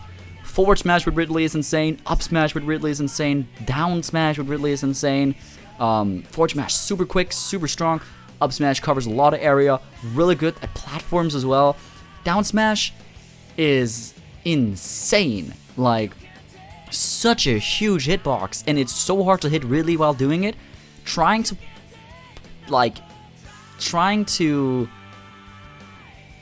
what do you call it again? Basically trying to beat down smash with another hitbox is a no-go. It's not happening. It's not happening. really is scary. It really conditions you to shield, then he gets a side B on you, and he gets a grab, he gets all these things. He's incredible down tilt into neutral air, his forward air is insane, his back air is insane. Really is overlooked. Really is overlooked. He's fast, he's extremely fast actually. Super fast, just in neutral, he can just wave around you in a and just keep you in the same zone and just punish you. Very overlooked character. The one weakness is he's big, his recovery is a bit limited, so once you do get him off stage, but at the same time, punishing up B is really hard because up B it doesn't take too long before it activates, and when it activates, almost no move can beat it. It is like armor. It's so hard to punish. And if you try to punish side B, sometimes you die. Sometimes you just get dragged down and die. And his air dodge is also really good, really fast, and he falls super fast, so he can do air dodge sideways to the ledge, grab the ledge really quickly, and it's hard for you to punish him or anything. Yeah, in general, really a very overlooked character. Might as well get this over as well. Now, Incineroar. If he was just a bit faster, if he was just, let's say he was as fast as Cloud. Top tier. Crazy combos from down tilt, crazy kill power, really insane pressure at ledge. His what do you call it? Revenge is absolutely ridiculous. His moves kill so much easier with revenge. Gains so much strength from it, and it multiplies. It can stack. It's insane, really. His recovery is a bit limited. Trying to punish it is very hard. Trying to punish Incineroar after landing with up B is also very hard because if you're just a bit close to it, you get hit with a hitbox. And try to punish it, it's not gonna work. I've tried multiple times. I've seen people try multiple times. They can't. This character is a hidden character, like hidden boss. I definitely feel like that. And forward air is extremely strong. Back air is extremely strong. Up air is extremely strong. Fast and reliable kill moves. Forward smash is strong, reliable. Down smash basically like Rool, but better because it's faster and because he jumps higher. And I don't know, man. This character is just insane, and his grabs are ridiculous. His back throw kills at 80% at ledge. It's absolutely ridiculous character. He was just a bit faster. Yeah, you're fucked. But side B pretty much makes it so that you're not, because even if you shield side B, you get grabbed.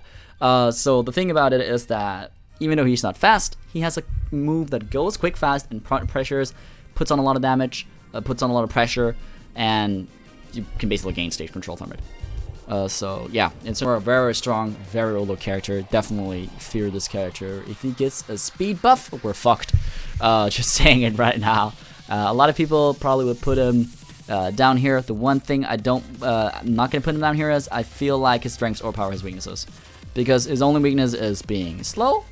And yeah, that might be really bad in a game that's really fast, but approaching Incineroar is a commitment, and side B basically takes away all the bad things about not being able to approach, because he can with side B, and it's really reliable and insanely strong and insanely scary and extremely good at catching options from ledge as well. Like side B ledge is really strong. So yeah, Incineroar. Yeah, he can power through a lot of projectiles though with revenge and all that. Yeah. And even though he's slow, projectiles don't do much against him. One revenge, that's basically a counter, and he's basically in kill percentage at that point. I definitely feel like it's not too much about struggling with Incineroar as a player. This is not player-based, this is character-based. And I just feel like he really is that strong.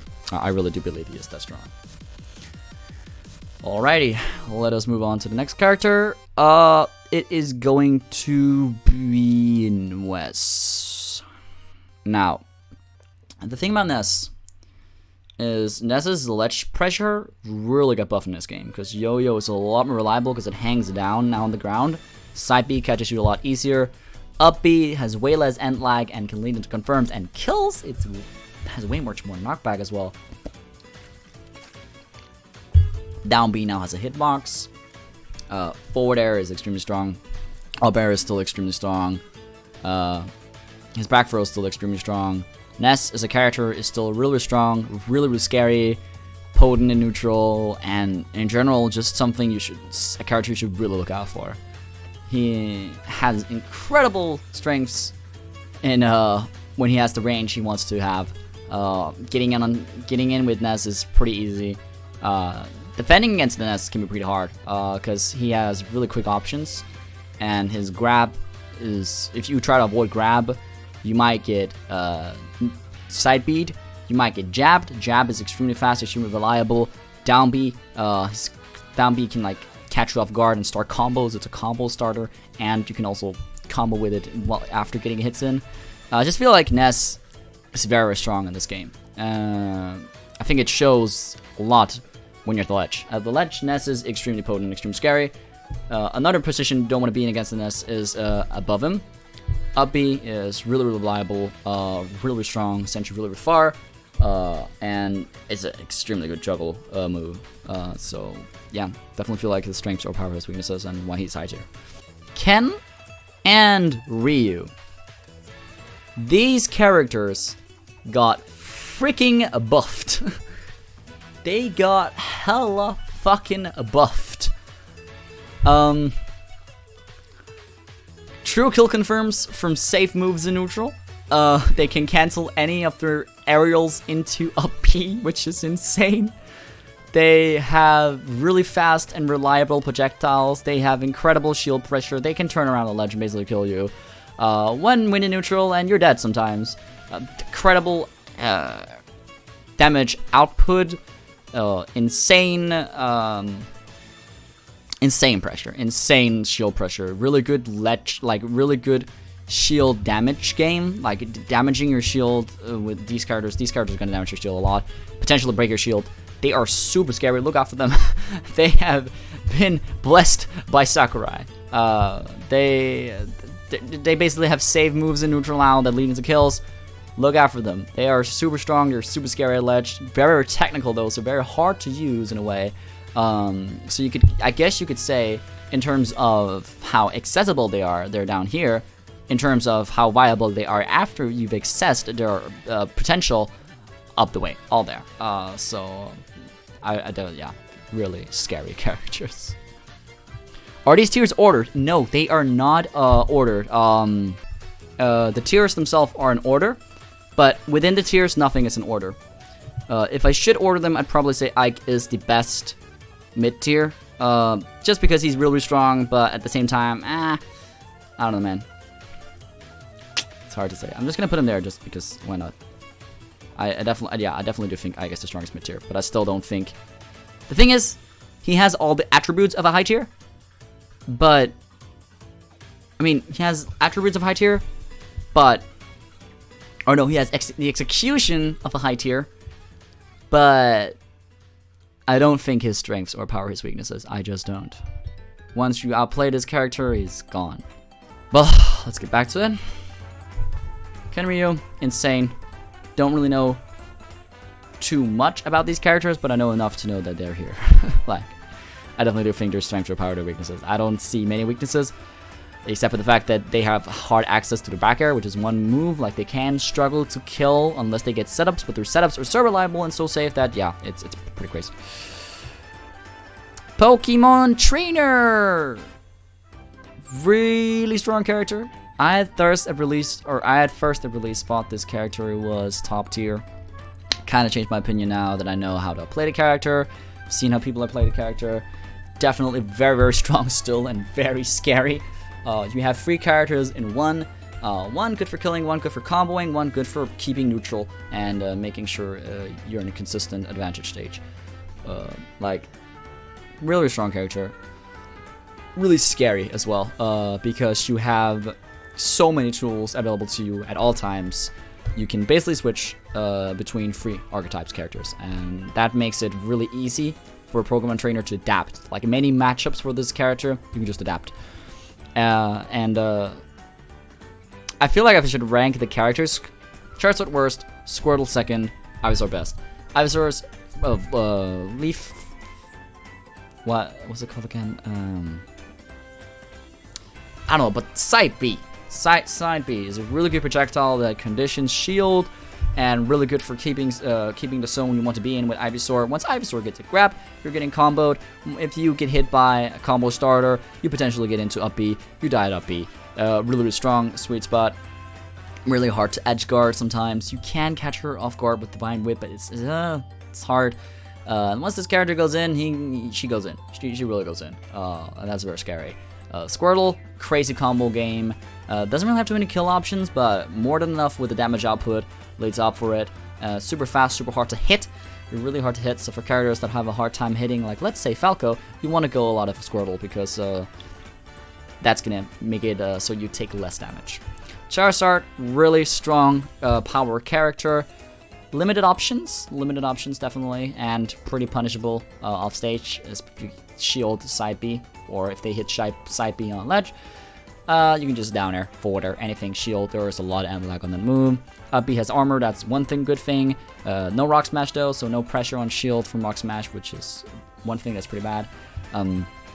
But Charizard still has incredible kill power, and you can swap out Charizard, Squirtle, and Ivysaur when you need to. So when you need Charizard, just use Charizard, and Charizard is indeed strong when you do need Charizard.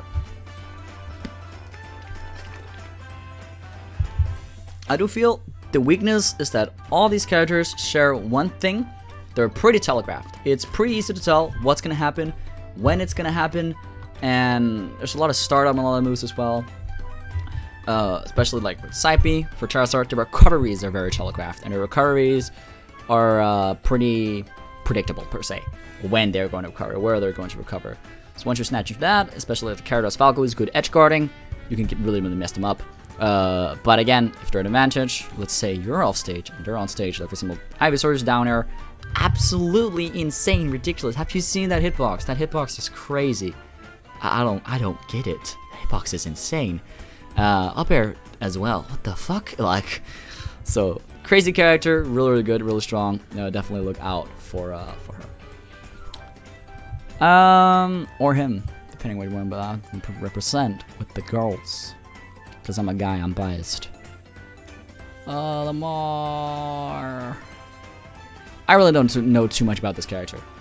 There was one point where I was like, okay, people say he's top tier, I believe them, but I don't really feel the strengths myself. I still don't know too much about this character. Played a little bit against him. I don't know.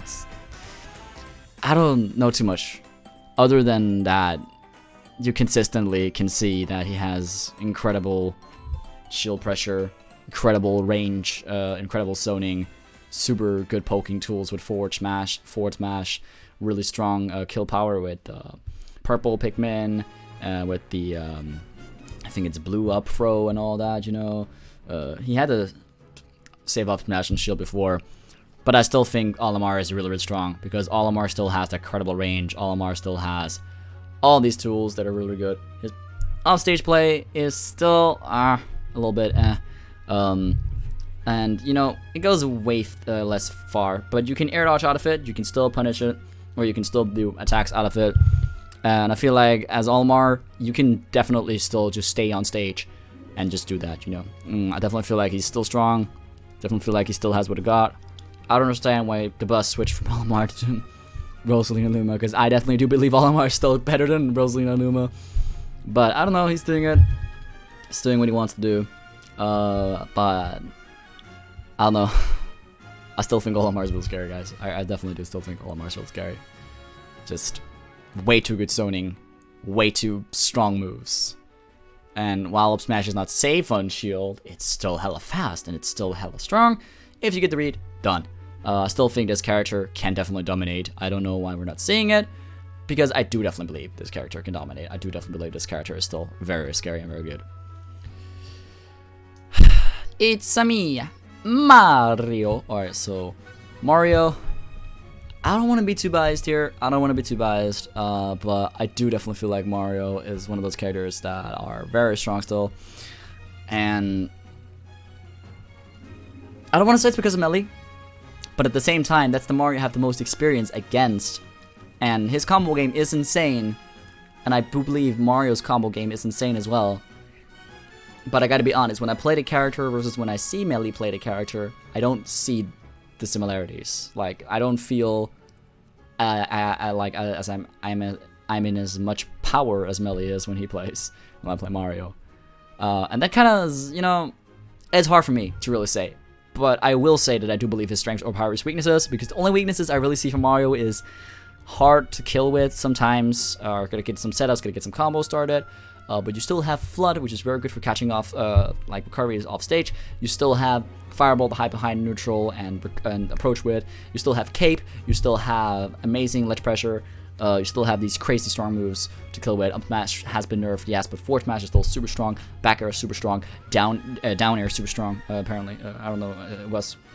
It wasn't too strong in Smash 4. Now this game is really strong, and you know you still got the dunk. Reliable, really reliable. Still got all these setups and still got all this stage pressure, and I still do believe Mario is very scary, a very consistent character. I feel like he's very consistent in this game.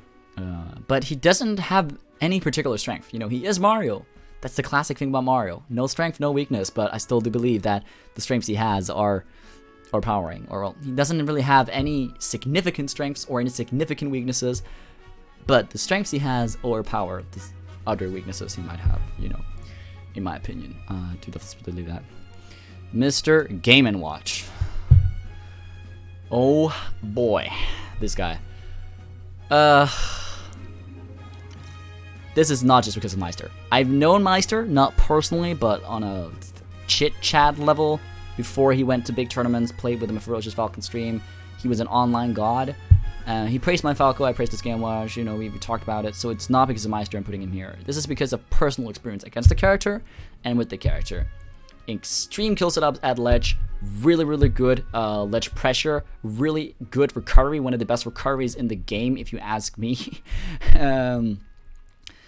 At ledge, you're just fucked, dude, and approaching this guy is so damn hard. You have to get back air, you get jabbed, jab is extremely hard to escape. Forward air is really good to keep you off guard. You can hit forward air, but then you could hit forward air, and then Game Watch is just away from you, you know?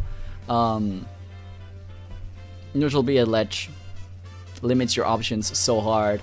Oh my god, this character is really, really strong. Really think if any of the people are sleeping in Game Watch, they shouldn't, because this character is strong. He can do a lot of things. He can, for one, kill you from hammer to forward smash at 60%. I kid you not. It is absolutely insane. The only weakness I see him having is the reflector can mess him up, and if you do camp him, it can make it hard for Game Watch to do a lot. But not really at the same time. It's really hard to say, but Game Watch slept on, strong character. Look out, guys. Mega Moon. Nerfs. Yeah, yada. Still incredible forward air, still incredible spacing, still incredible projectiles, still incredible setups. You see Kameme out here pressuring people. I'm not talking about assaults, I'm talking about pressuring people. And, you know, guess you can't say assaults because he's getting really far, but it's not because of the character, it's because of him, you know? But at the same time, the character is really strong, really good aerial game. His ledge pressure is insane, his setups are insane, his kill power is insane, and even if Reflect Mega Man, he can still do so many things because he has so many. He has the blade, which he can hold in his hand, an item he can hold in his hand. He has Side B, which can stick onto you. He has Leaf Shield, which if you catch somebody with Leaf Shield, you can catch rolls with Leaf Shield at ledge, and it has incredible damage output. I don't know, I believe it does like 35% or something. It's insane. And, you know, it's just, he's a really strong character. Really, really strong kills, really, really good edge guarding, really fast moves, really good recovery. In general, really, really good character still, I believe. The only weaknesses I see him having is reflectors mess him up, and in a certain range, he's kind of punishable, but besides that, really, really good character.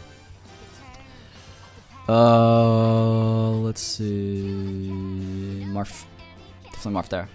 Marth's Tibber in this game, I mean, I know a lot of people are like, Marth's bad, Marth's bad, Marth's bad, Marth's bad. Marth is still Lucina's moveset. It's still the exact same fucking moveset, it's just a Tibber mechanic. And I don't think it drops him down to mid or low tier even. I don't believe that. You still have incredible forward air space wit and an edge guard wit. You still have crazy forward smash kill power at ledge. You still have incredible side B pressure. You still have all these incredible the arsenal of Lucina. It's still Marth. You know, it's still him. You know, it's just not as strong Tipper, not as reliable Tipper, but it's it's still crazy. It's still really crazy. And the only weakness you really have is that you sometimes have a little bit of a hard time to kill the Lucina. But again, having a little bit of a harder time to kill the Lucina is not too bad. It's not too bad, really. So, yeah, really strong character there. Alright, I gotta think here because I'm feeling like we're slowly getting to top tier. We're slowly getting to top tier. I'm gonna have to say...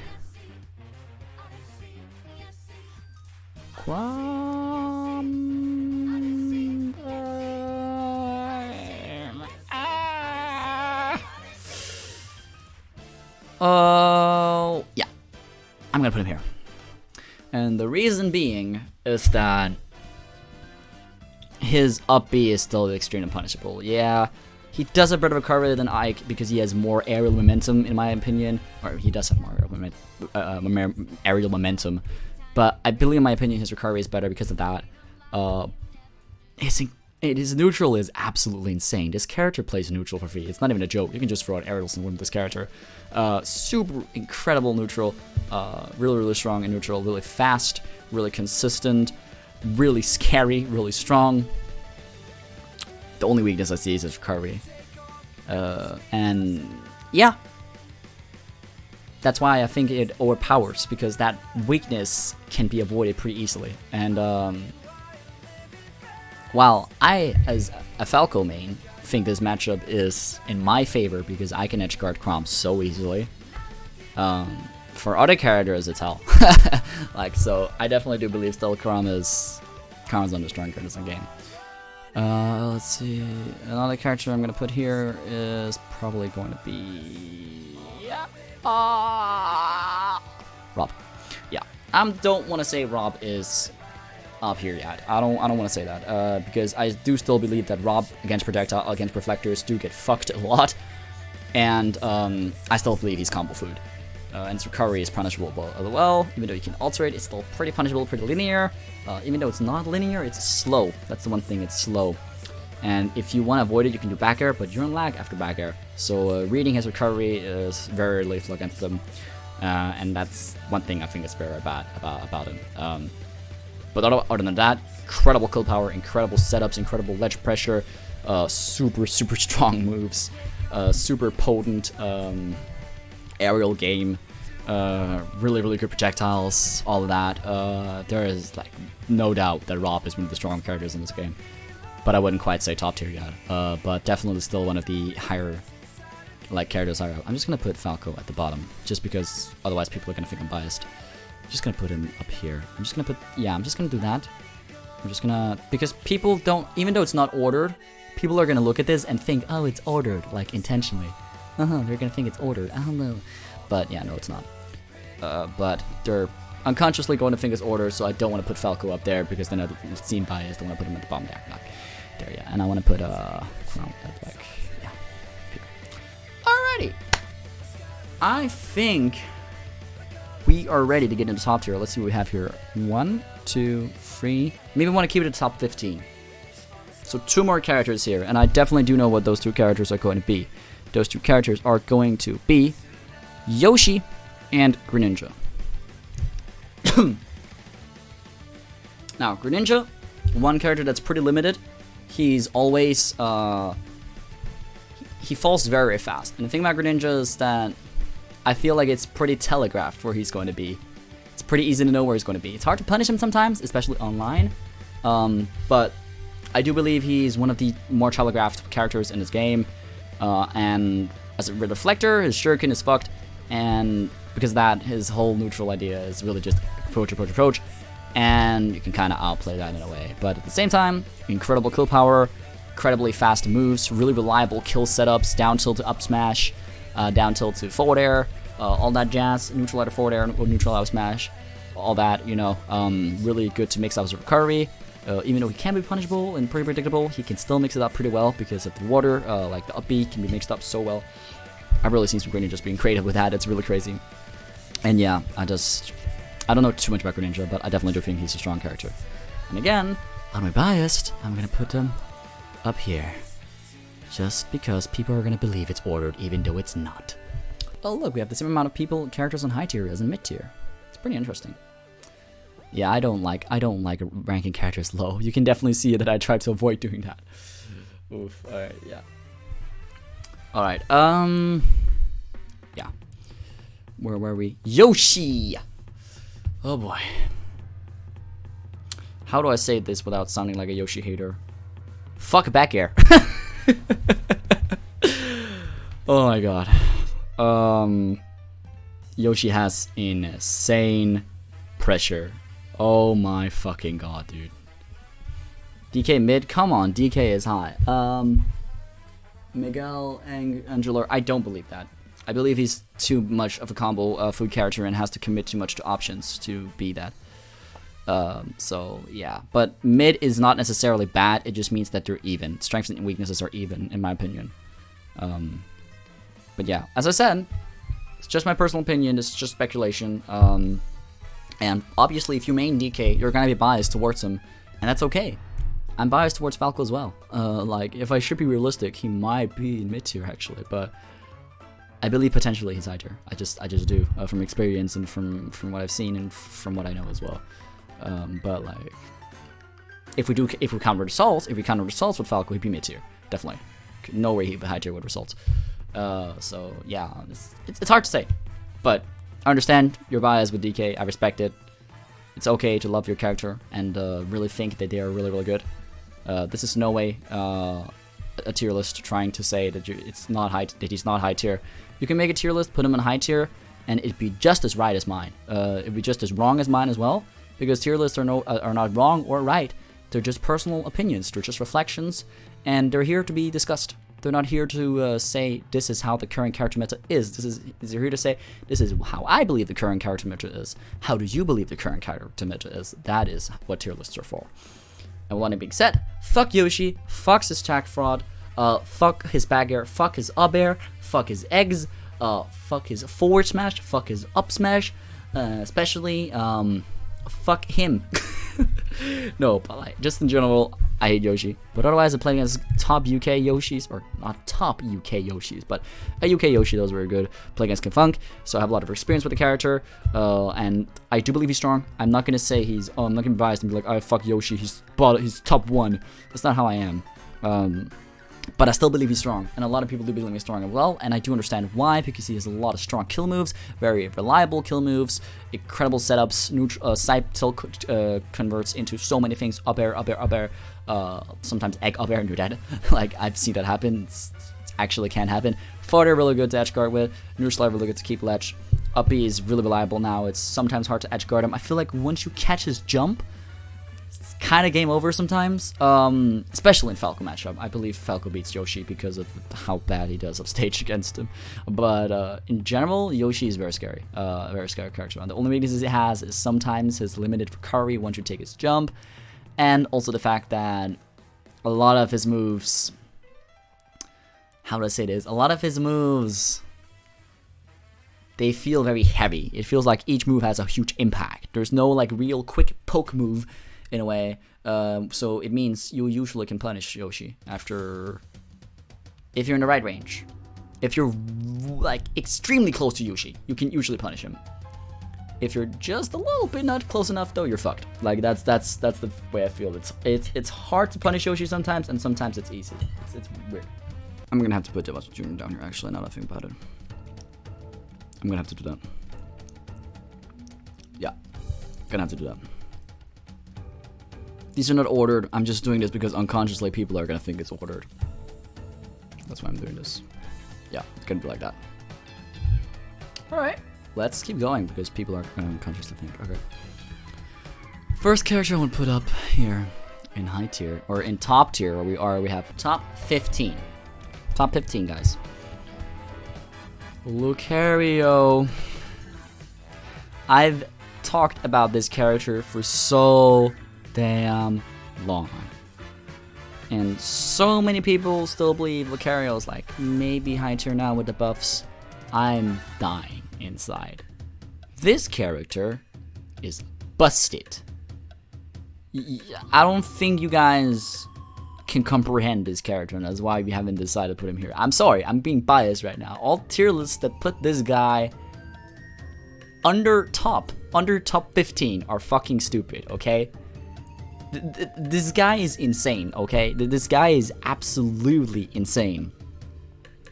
Shield pressure is incredible with Aura. Aura Sphere.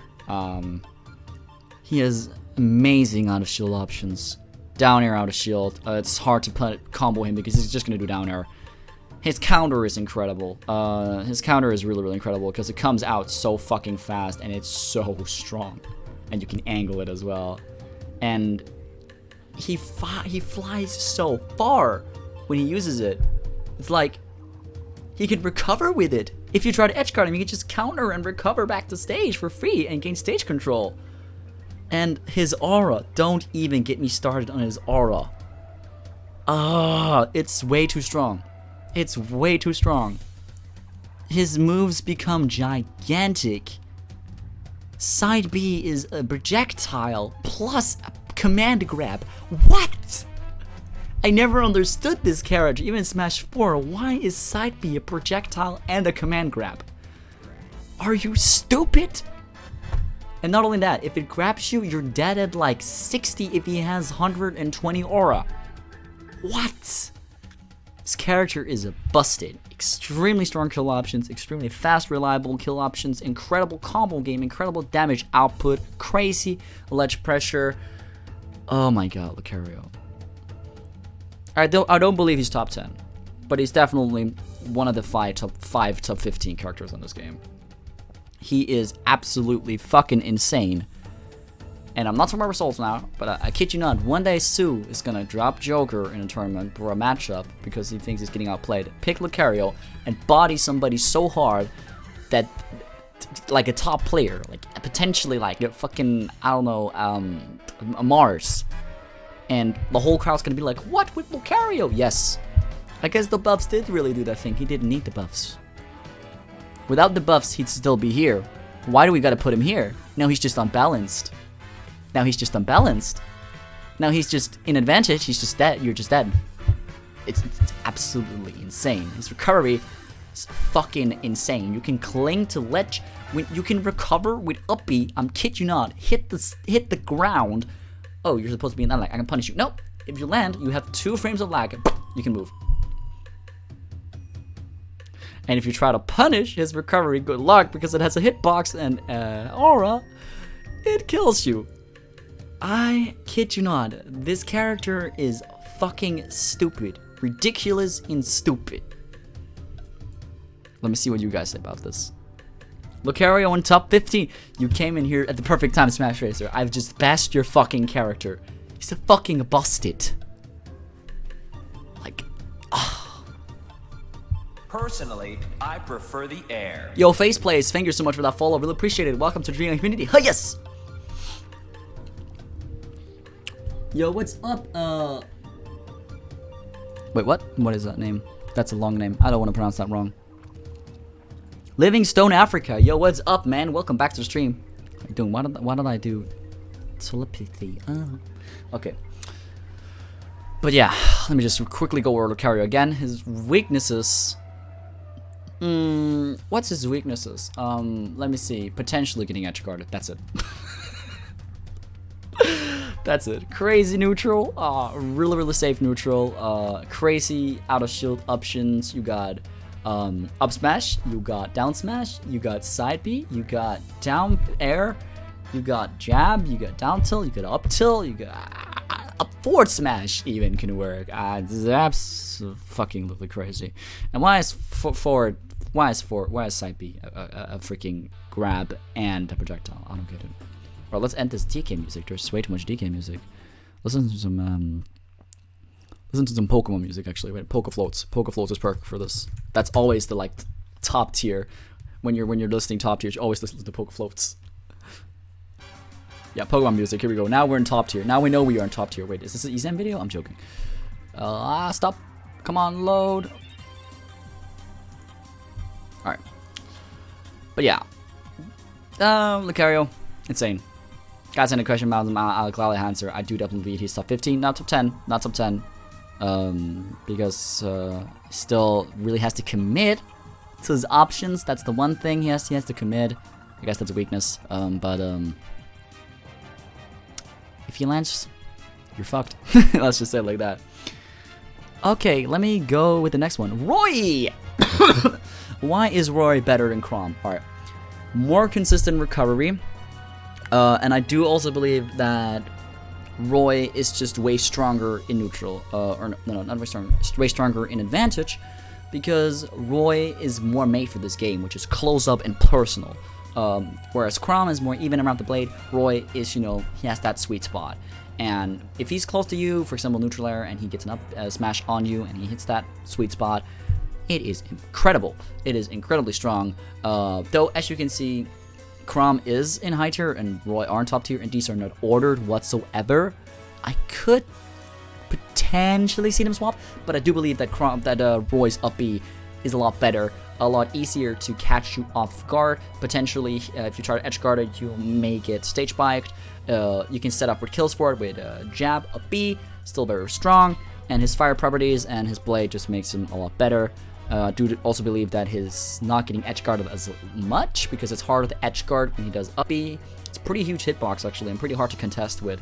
And if you do get hit by it, you're back in disadvantage, or well, neutral resets. Sometimes you're at disadvantage, sometimes not, depends. But definitely do believe that Roy is one of the stronger characters in this game. Definitely top 15. Wario! Okay. A lot of people back then would be like, why is Wario in top tier? Wario should not be top tier. Meh, meh, meh. As I said, this list is not based on results. Because people are going to be like, oh, you put him there because of results. No. This character is Melee Jigglypuff. I kid you fucking not. Incredible air mobility, incredible air momentum. Waft is absolutely ridiculous. His shield pressure is absolutely ridiculous. His kill setup is actually ridiculous. You just do side tilt. It's safe on shield. You can do side tilt, dash attack, dead at like 120. It's absolutely insane. His backer really, really good. His recovery is absolutely ridiculous as well. Bike is still amazing to recover with. Up B is way harder to punish in this game because the hitbox is bigger. Just a lot of things in general. This character is way, way, way better. His forward air is still crazy, and his chomp is very, very good to basically condition condition you to go behind him, and when you do that, you can just end it and grab and a lot of things. Up air, really good juggling. Down air, to so many setups into waft that are so much more reliable. Neutral air being safe on shield, you can just fly around with neutral air, and if you land in neutral, you can get a waft that's basically rest. That's basically Melee Jigglypuff. You know, it's absolutely insane. So Wario, one of the way stronger characters. The only weakness is sometimes he's limited with recovery if he misses bike, and you know, sometimes he's predictable because he's gonna jump from the air and try to push you from the air. You know, but his grab combos are also pretty good. He might grab you, or he might chomp you. You know, you don't know. It's that's the thing. Like sometimes you may know, sometimes you may not know. It's real hard, but Wario, really strong, incredible kill power, incredibly safe neutral, incredibly lethal combo conversion game, and yeah, just there's a reason this character is doing well in tournaments. I'm not using results as the baseline as to why this is existing, why this tier list is here. I don't want to look at results too much, but I gotta admit, there's a reason for everything, and this character is strong. He really is. Another character that is really, really strong, Zero Suit Samus. Now, once again, not being biased because of Mars results, I know a Zero Suit Samus called Unterhosenkralle. I don't played against him, and I've studied the character, and I tried playing the character myself on Elite, and I noticed, oh, Elite, I was not talking about results, I was talking about how I feel about the character when playing her. Neutral is basically free. You can start combos so easily, you get hits in so easily, you're super freaking hard to hit, your setups are insane, you have a side B that's basically just denying you in neutral. If you get hit by it, 100% you're dead. Absolutely ridiculous. Really good recovery, really lethal recovery. Up B is insane. You can do Paralyzer to up B, that's a true combo. You can still do up B, you can still do all those things. And just in general, neutral air and forward air are just the main things here. Back air as well. It's very, very hard to punish back air, especially in a shield. This character could do anything on your shield, and it's so hard to punish her. You have to commit. You have to commit a conditioning or conditionment to even get an opening against this character. I feel very, very strong. It is so hard to outplay this character. It's so hard to hit her. It's so hard to get around her. It's so hard to do anything against her. She is mad fucking strong. She is really, really damn strong. The one weakness she may have is that her recovery can be a bit telegraphed. That's true. And sometimes her options in neutral can be a bit telegraphed. That's true. But doesn't matter if those options are near unpunishable. It's absolutely ridiculous. She has a lot of kill power. You have incredible setups. And just in general, really, really strong scary character that I definitely, from the day I played Unterhosen, seen what Mars can do, played her myself, thought about it all together. This character is something I look out for. This is one of the most lethal characters in the game, I believe, because when she has advantage, she has fucking advantage. It is so hard to do anything against her advantage. Really, really lethal. Alright. Palutena! I'm just gonna put her because I don't want people biased, and I'm just gonna put Lucario here because people are gonna believe at first that this is ordered, and they may not even read my shit, so I'm gonna be arranging a bit afterwards. Palutena. I was once one of the people who thought like, Palutena might not be that strong. She's probably not top tier. People are just overreacting. Nope, I was wrong. Incredible aerial game, incredible ledge pressure. Wait, let's see. I agree so far with a lot of the choice, but I don't know if I put Incineroar so high up. Poke Float's OP. Yeah, I talked about Incineroar. I believe the reason Incineroar is that high up is because even though he has bad movement, doesn't really matter because he basically denies you neutral, and if you get, you have to commit to approach him, and if you guess wrong, you might get side beat, you might die. I think it's Searsuit is consistently underrated. If you get forward smashed at high aura, you're dead as low as 30. See, that's what I mean. That's what I mean about Lucario. Smash Razor means Lucario. He's saying it himself. He knows his own character is busted. I'm not overreacting. Lucario really is insane. It's absolutely ridiculous. Alright. But Palutena, strong neutral air, strong up B, no, strong up air, strong aerial game, one of the best aerial games in the fucking game. And her ledge pressure is insane. Explosive fire really does make you sweat. You really gotta think hard against that move, and it's hard to approach her. Neutral B is crazy as well. It's just denying you neutral. She's all about zoning you out. Once she gets that hit in, you're taking at least 70%. It is ridiculous. Her kill power is insane, and her speed is also insane. She's really, really damn fast. Really fast options, really good frame data. And the most annoying thing of all is that it is near impossible to punish her. It is so hard. It's almost like Searsuit. She gets neutral iron ledge, you can just spot dodge. I feel like she just spot dodges out of a lot of the options, and it's really, really sad. So, Palutena, really strong character. Only weakness I really see is she can be a bit telegraphed, but again, as Searsuit, doesn't matter if your actions really are that strong. It's not like Ike, where that your actions limit you, like they do here. They limit you. It really is, it's not about that in this situation. Alright. I'm also hearing Corneria, but I'm just gonna have to do it. Fox McCloud is a monster in Ultimate. And the reason Fox is a monster in Ultimate is because Ultimate is all about staying at advantage, and Fox is amazing at staying at advantage. His combo game is still crazy, just more down tilt than up tilt now. His damage output is insane. He has the most reliable and the best kill confirm, in my opinion, which is neutral air up smash. That shit is absolutely insane. If you get neutral air by Fox from above, you're dead. 100%. His ledge pressure is insane. With forward smash, jab. His jab is absolutely ridiculous out of shield. His aerial or his juggling game with up air is incredible. His forward air is still really lethal. No forward air footstool, but still very good. Very strong and reliable character. I feel like he's basically a better Little Mac. He's a better Little Mac with a better recovery, in my opinion. He just loops around the stage, continuously pressures your shield, and once he gets a hit on you, he really gets a hit on you. He's an aerial Little Mac. That's what he is. He's an aerial Little Mac, in my opinion. I feel like Little Mac's ground game is a little bit better, maybe. But Fox's ground game and his aerial game are so good that they outbeat Lil Mac's ground game in a way. But I do feel he's very similar to Lil Mac. So if you see Fox mains playing Lil Mac, I don't know. I definitely do feel like they seem similar, they look similar, they feel similar. So yeah, of course Curry, like Falco's, is pretty punchable and pretty predictable at times. But it is very hard to punish usually because that first of all his up B has gotten buffed for both Falco and Fox and is really hard to challenge sometimes. And his side B is a little hard to punish because it's faster once you've actually activated. That's one thing that's very strong. You don't have the side B into up air, you don't have the side B, or you do actually, but you don't. It doesn't go for shield, so it's not safe in shield or against shield. And you know, that's a bummer, I guess. But at the same time, he is definitely still really strong. Definitely do look out for this character. This guy is still lethal. Moving on, guess we're gonna go to Joker.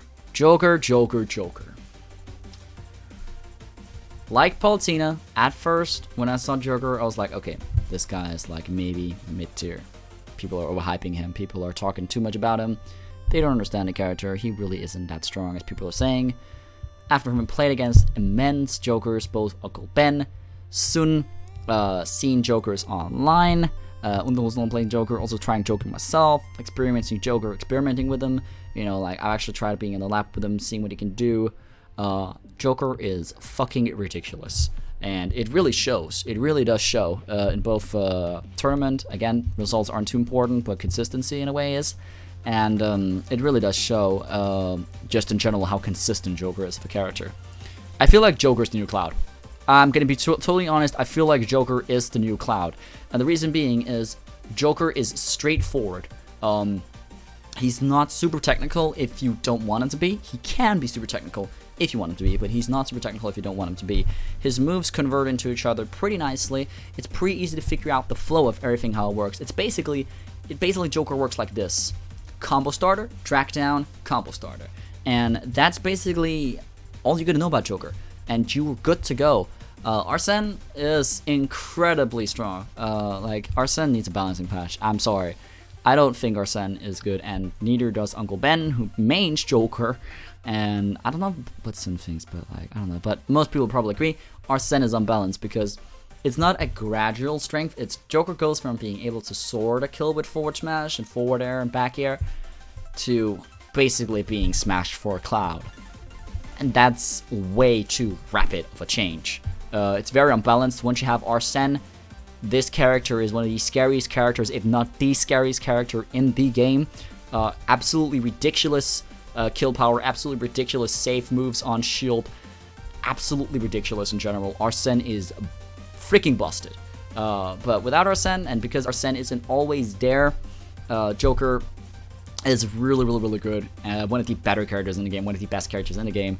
But I don't believe that he is quite the best character. I will say at the end who I believe the best character is, because I'm pretty sure I have an idea of who I believe the best character in this game is. But yeah, Joker at that.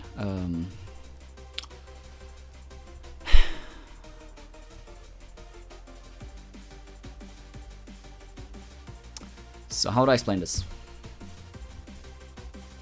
Because I know a lot of y'all are gonna be like, Pichu got nerfed, Pichu got nerfed, Pichu got nerfed. Yes, and I'm happy about it because he's not broken anymore.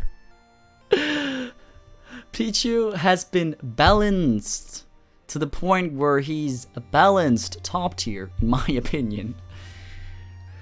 Alright, let's see. What weaknesses does Pichu have? He deals damage to himself.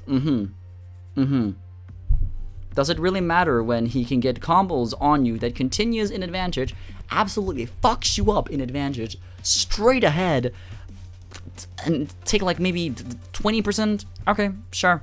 You took 80. My good sir, you took 80, and you died to ledge at F smash at 50. Great. I definitely do still believe Pichu is incredibly strong. And I don't believe you should overlook him, because that is a big mistake if you do. Incredible combo game, incredible strengths, incredible recovery, one of the best recoveries in the game. Thunder Jolt is super good for hiding behind and setting up kills. Insane shield pressure. It is nearly impossible to punish him. It's a bit easier to hit him now, but not that easier, to be honest. And in general, you know, yeah, Pichu is just absolutely ridiculous still. And definitely still a very strong character that you should look out for. He is one of the strong characters in the game. I probably put him at top 10 still, not even top 15. I'm gonna put like Sirsuit and Lucario top 15. I'm definitely still putting Pichu top 10 because I still believe Pichu is absolutely ridiculous. Why he's not being looked at, I don't know, because I still believe he's fucking ridiculous. Side tilt is still strong, even though it doesn't kill as much. It still kills at around 120% mid stage, and let's be honest, or maybe 140. But that's still 3 neutral wins for Pichu. You're there. Credible, consistent combo game. Thunder loops are a thing still, and yeah, Pichu is just absolutely ridiculous. Despite the nerfs, still ridiculous character. Joker best character in the game with Arsene. Yeah, with Arsene. If he constantly had Arsene, Joker was undeniably the best character in the game. Next up, Shulk. Probably gonna put him here just because people are gonna be biased. Even though it's not an order, they're gonna intentionally look at this and believe like, oh, it's an order. So I'm actually gonna order top tier a bit. I think top tier might be the only one I'm gonna order. Yeah, I'm gonna try to order top tier. Shulk. Shulk is a character that's not seen too much, not too known. But the thing that's crazy about Shulk is that he has access to all the different varieties of neutral that you can want.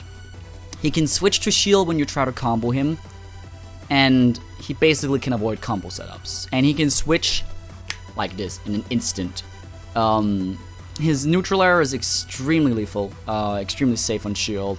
Oh no, extremely like just good in general. I don't know if it's safe on shield actually, but very good. If you get hit by it, you're probably gonna take a lot of damage, especially if they shield. They can neutral air, change the buster, and forward air, and it's still a true combo. It's absolutely ridiculous. Crazy kill potential at ledge, incredible reach, very little lag for a lot of his strong moves like forward smash and forward air, and in general, way faster at ground normally. With speed, is a lot more insane. Smash is like his arts have been buffed a lot, so Smash is incredibly strong. Shield is incredibly good for defense. Buster makes you take like so much more damage, like 3 times as much damage. Jump, really good for recovering, and speed basically gives you speed, like as in the drug.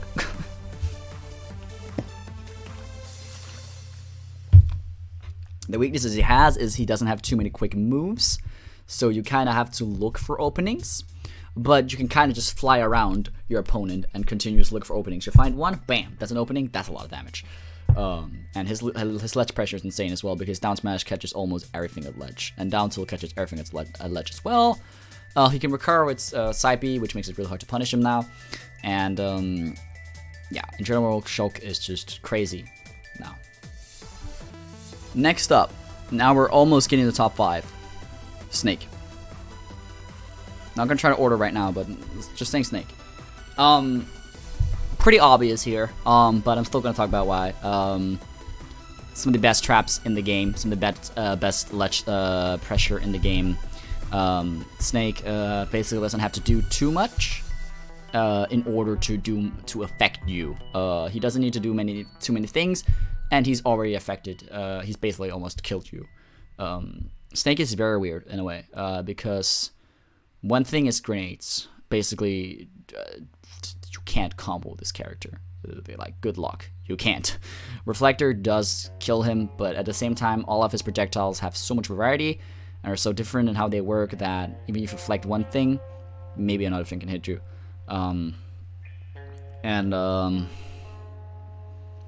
At ledge, you're dead. Let's just say it like that. Up tilt, super fast, super strong, extremely good kill option. Down tilt needs up air kills. You always gotta look out for C4, but C4 basically limits you to being somewhere on the stage, like specific places. Snake with stage control is absolutely ridiculous. Absolutely ridiculous. The only weakness it has is his recovery can sometimes be a bit, like, a bit linear in a way, you know, but he has armor on the drone, and it's very hard to punish him out of it. He can also act out of it, and you can go drone higher and then do neutral air dodge. Absolutely ridiculous. And he can C4 if he doesn't recover, and sometimes, you know, make it back like that. And in general, Snake is just absolutely ridiculous in this game. Yeah, really strong. He has a doesn't need to be too fast because his dash attack is really great, really little end lag, really good in shield. And if you get by it, you may get up smashed and you may die. And that's just basically the main way of moving back and forth. But he doesn't need to move too much because all the projectiles really do everything for him. So, yeah, that's very shortly about Snake. Pikachu! Alright. So the crazy thing about Pika is that before Pichu was better than Pika. Now, I'm kind of feeling Pika. The reason I'm feeling Pika is because it's way less risk for Pika to do things, but he has the same tools, basically. And the most ridiculous thing about Pika is his quick attack. Quick attack has a hitbox. Quick attack is extremely good in neutral. Quick attack is extremely hard to punish. Really hard to punish off stage. His side B has so little end lag. His kill power is insane. His kill setups are insane. He's super fast. He has super fast moves on shield. Hitting Pikachu is really hard. He can just wheel around you really quick. I really don't see too many weaknesses from Pikachu, except maybe being able to punish quick attack. Maybe edge guarding can sometimes work. I don't know. I really don't see too many weaknesses in Pikachu. Pikachu is one of the strong characters in the game for sure. Probably gonna say I don't know, man. I don't know if it's top 10 or top 5 at this point. He's absolutely ridiculous. Absolutely ridiculous. It really just is hard to do anything against Pikachu, and his moves are really freaking strong. And at ledge, it's so hard to get back. Really difficult. His combo game is incredible. His combo game is super accessible, super easy to learn, super easy to execute, super easy to find openings. This guy basically has everything you want in one box. You basically get a box, and with this box, you can basically beat any matchup in the game, I feel. Very ridiculous character. Let's talk about Lucina. Now, Marth is here. Lucina is here. This is already pretty big considering they have the same fucking moveset. But it really does matter because Lucina's consistency really makes her more lethal. It means that she kills earlier, and it means certain combos work, whether they will kill or whether they won't with Marth. Specifically, something like down tilt into forward smash can kill at 60% at ledge. 60%, you get a down tilt, they're at like 66, I believe. Forward smash them at ledge, they're dead. You can't do that with Marth. Even with Tipper, I don't believe strong enough. Maybe they, I'm not quite sure. But consistency in Lucina is absolutely ridiculous. And she is just super strong. Her moveset is absolutely ridiculous. Her power is absolutely ridiculous. Her recovery is absolutely ridiculous. In neutral, she's absolutely ridiculous. She shoots you down so hard in neutral. She is a freaking monster. She did get nerfed a bit, but she's still definitely, for me, a top 5 character in the game. One of the characters you really gotta look out for. This character, gonna say, one of the 2 characters that I believe in this game carry you. I believe there's 2 characters in the game that carry you, and the other one I'm gonna talk about right after this. But this character, I definitely do believe, like, you wanna win? Sure, Lucina. Because Lucina gives you consistent options that are just gonna beat out so many matchups, and are just so lethal that you do get rewarded. Every time you get a hit with Lucina, you're rewarded. Every time your opponent is in disadvantage, you're rewarded. Every time you're at the ledge and your opponent tries to get up, you're rewarded. It's absolutely ridiculous, and she is insanely strong. So yeah. Wolf. Wolf being one of the other characters that I believe carry you in this game. I was not a believer in Wolf at first. I was like, he's probably worse spacey. He's not that strong. Oh boy, was I wrong. He is undoubtedly the best spacey. He is undoubtedly one of the strongest characters in the game. Not gonna say more about that. And undoubtedly, he's crazy. He's freaking crazy. He has an incredible projectile that destroys you neutral, gives you absolutely no options against him. He has incredible kill power in back air. Down smash at the ledge is insane. His smash attacks are safe. His combo game is incredible. His damage output is incredible. His recovery, while a bit short, is insanely hard to punish. You can't basically punish him. He has armor and uppy. If you try to counter it, if you try to do anything against it, you might die off the side. It really is that lethal. Side B is incredibly strong as well. It is absolutely ridiculous. This character is fucking insane, and I do definitely believe that he's one of the best characters in the game and the best spacey without a fucking doubt. Inkling! Inkling, really cool character. I love Inkling. Hype is top tier in my opinion. So many setups, so many combos.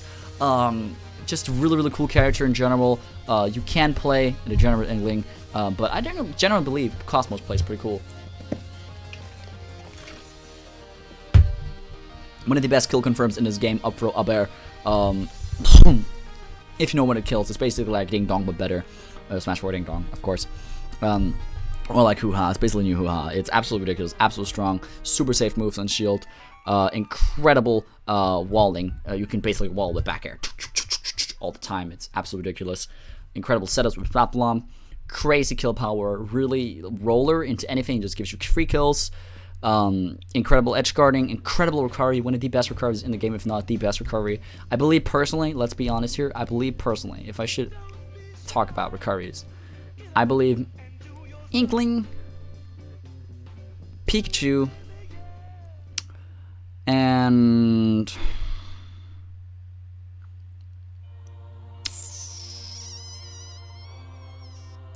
maybe Wolf has one of the best recoveries in the game. Those are the three contesters for best recovery in the game, if you ask me, but I think it might be Inkling that's going to win that one.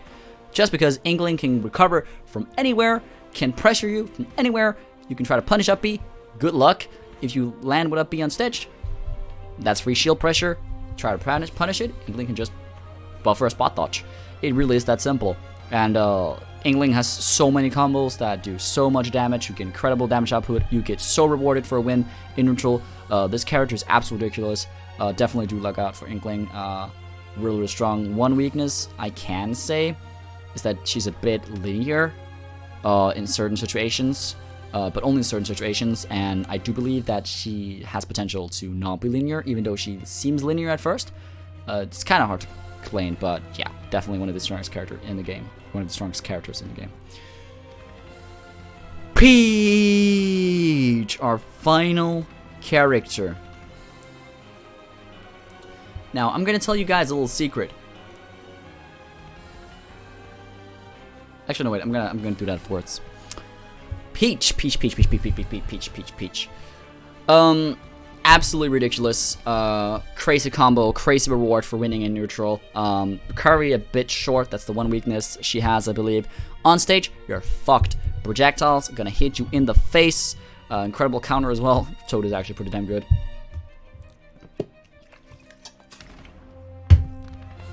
It is near impossible to punish Peach for pressuring your shield. It is near impossible. This character can do everything she wants on your shield. She can kill you from forward air, off the stage, really easily. She can just do everything against you. Despite the nerfs, this character is still absolutely fucking ridiculous, and I definitely believe that you should look out for this character because she is fucking insane, without a doubt. One of the strongest characters in the game. Like, without a doubt. What can I say? What can I really say? I think just go watch tournaments. Like, Peach shows you what the fuck she can do. She is insane. Like, ridiculous. And super technical.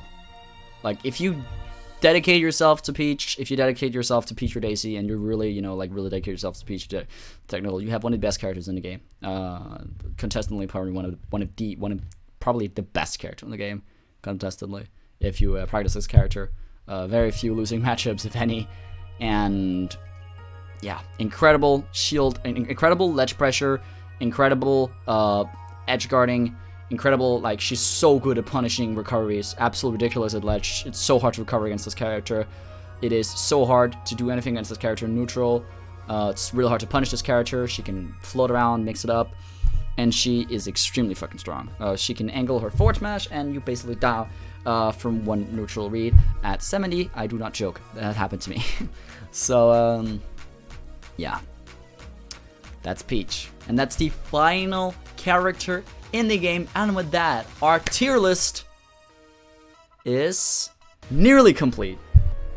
Because I want to order top tier now, and I want to see if you guys want to talk to me how we're going to rearrange a little bit, maybe. Probably not moving Incineroar. I do believe he's crazy. Remember, everything else but top tier is not in order, but I'm going to order top tier now. Now, here's the secret, guys. Top 5 is already in order. Ladies and gentlemen, my personally best character, who I think is personally best character in the game, is Wolf. And I'm going to try to explain why. Wolf freaking carries you. And this is a tier list, and tier lists are made for showing how accessible a character is and how deadly they are at the same time. Wolf is both of those things at an immense level. I believe it's either Wolf or Lucina that's the best character in the game, but why I believe it's Wolf is because he has a projectile. And not only does he have a projectile, his absolutely insane punish game, and safe punish game at that, is ridiculous. You die so early to this character. This character can negate so many things against you. You can't do shit against this character. Is absolutely ridiculous. The only way you truly beat a Wolf is by camping him or pressing him off stage. But if you fail at one of those, you might die. But all things considered, I believe Wolf is the strongest character in this game as of right now.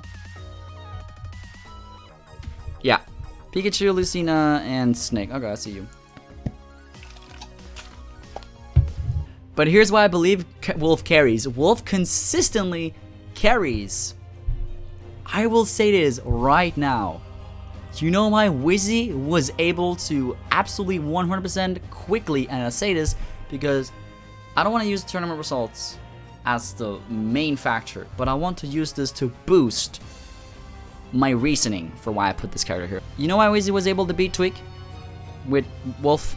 Because only by learning Wolf and only by understanding Wolf, he had gained absolutely everything he needed to beat any matchup in the game. Basically, he could carry over his melee neutral, because one neutral win, or not even one neutral win, not even trying to win neutral, just understanding fundamental fighting game neutral will make it so that you can play Wolf.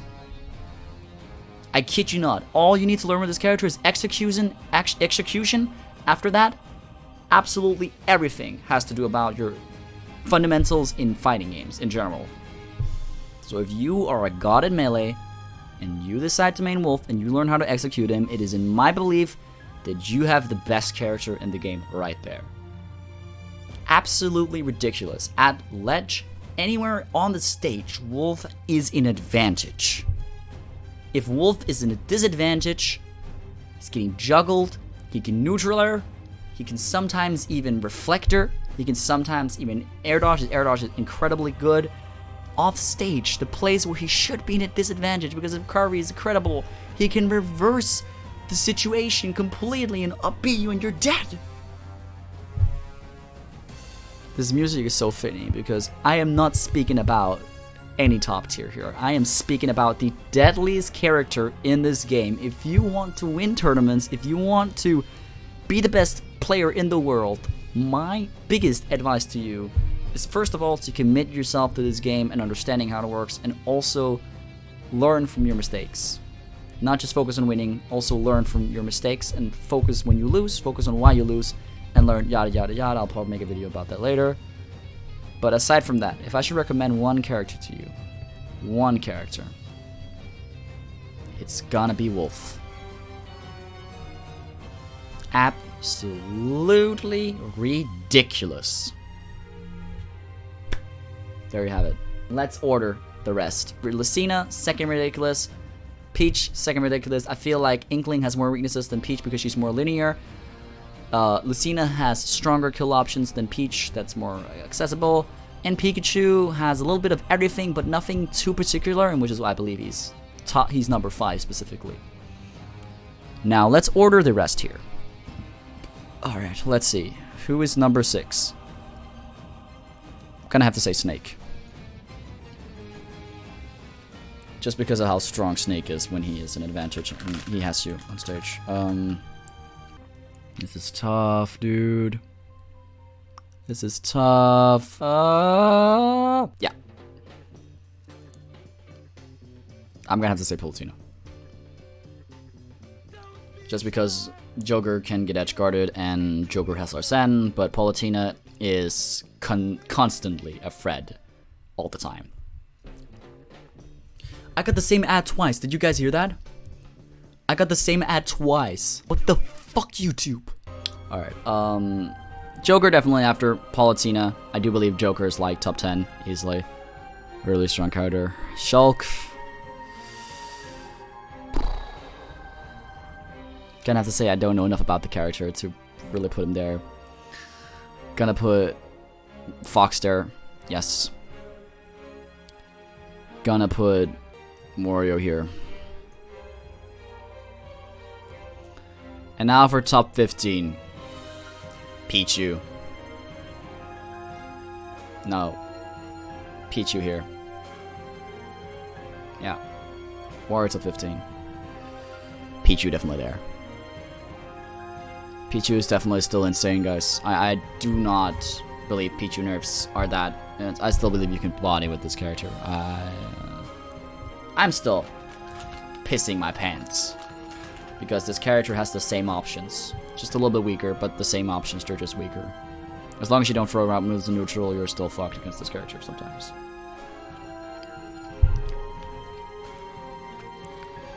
Alright, it's your suit. This is a tough one. Yeah, these two, I'm not really sure about these two. I know more about Lucario, I'm sorry. Alright, I think that's it. I think that's my definitive top tier. Let's go over it. Number 15. Number 15. Shulk. The last thing you'd want in your Smash Bros. Ultimate game is a Xenoblade Chronicles character. No, I'm joking. Alright. Number 15, Shulk. Number 14, Lucario. Number 13, Roy. Number 12, Sirius Samus. Number 11, Wario. Number 10, Fox. Number 9, Pichu. Number 8, Joker. Number 7, Palutena. Number 6, Snake. Number 5, Pikachu. Number 4, Inkling. Number 3, Peach. Number 2, Lucina. And last but not least, at number 1, the most lethal character in this game, in my personal opinion, goes to Wolf. I never thought I could get through these characters. What's the time now? It's probably like 11. Yeah, it's almost. I'm still gonna play because I got no plans tomorrow, but whatever. Holy damn. I never thought I'd make a tier list that I actually genuinely can be satisfied with. I thought the top tiers were gonna be the hardest, but this is it. This is definitely it. Yeah, I'm satisfied. That's my top tiers, guys. That's my complete order top tier list of top 15 characters in the game. Shulk is better. Yeah, I think Shulk is probably a little higher. I'm not sure. I feel like Shulk can still be exploited because he gains strengths, but also weaknesses each time he switches, and he can't always switch around. He has to wait for cooldown. Until I see more evidence, I'm not really sure about Shulk. I don't know him too well. That's the thing. I've only played against a couple of Shulks, and the best Shulk I've ever played against is Phoenix from Sweden. So, can't really tell, to be honest. I don't know, man. I think Shulk's good, but I don't have too much information on Shulk. I can't really put him anywhere. I can't put him above Lucario. Definitely can't put him above Roy, and the rest just no-brainer for me. I'm sorry, I just don't see it. Alright. Let's go over, before we end off the tier list section and go into the friendlies, which aren't going to last too long, but we're going to friendlies. Let's look over if there's anything we want to swap. So, let's look at these two. Anything we want to swap here. I'm gonna say it first of all. Little Mac, no. I don't think his weaknesses completely overpower his strengths. I just think his weaknesses are exploitable. I do not think they overpower his strengths. Gonna come out and say it. Samus is heavier than Samus. Alright, well, let's see here. Any of these characters we want to swap. Pokemon Trainer should be a little higher. You believe Pokemon Trainer is in fucking top tier? Wii Fit could be a little higher. I don't agree. I played against Wii Fits. Bambi, Akanaga, and I've seen Wii Fits. She's too precise. Too precise hitboxes. I don't agree. I think she's mid tier. I don't think her strengths overpower her weaknesses. I feel like PC is fine because they're not ordered. Remember, all of this is not ordered. Only top tier is ordered. I'm kind of feeling like I want to swap her down here. Nah, I'm not doing that. Hell no. You're not in order. But I'm doing this because psychologically people are still gonna think they're in order. Just because unconsciously they're stupid. I don't think I want to swap anything, to be honest. I think I'm pretty fine with how this is looking. Bottom is basically where your weaknesses overpower your strengths. I've already listed what these are. Piranha Plant, many individual hits, doesn't really do anything specific for each. Kind of some strong moves, but really slow, really hard to hit land anything. Bowser Jr., predictable. He doesn't really get too much reward for most of the things he gets. Rool, really predictable. Again, really punishable at ledge. A lot of things, you know. I've gotten outplayed by King K. Rool, French King K. Rool that freaking bodied me, almost free stocked me. But that doesn't mean the character has his strengths or his weaknesses. That means he outplayed me. But yeah, I still feel like once you start adapting to K. Rool, I didn't adapt. But if I had adapted, maybe I'd beaten him, because once you adapt to this character, it's done. Jigglypuff can only really hit you with aerial stuff. That's really the only she can do. Rest setups are good, but they're just not strong enough. They're just not safe enough and consistent enough. Isabelle, more accessible. They are consistent, but not accessible. Isabelle, just really, if she doesn't get any setups, she basically gets nothing. She's relying on setups. If you avoid setups, she doesn't really get too much. So yeah, that's basically bottom tiers. And these, I really don't feel like these should be switched. These are pretty much it. That's pretty much it. Mid tier and high tier, maybe something I could switch here. Mega Man might be mid tier instead. I'm not sure.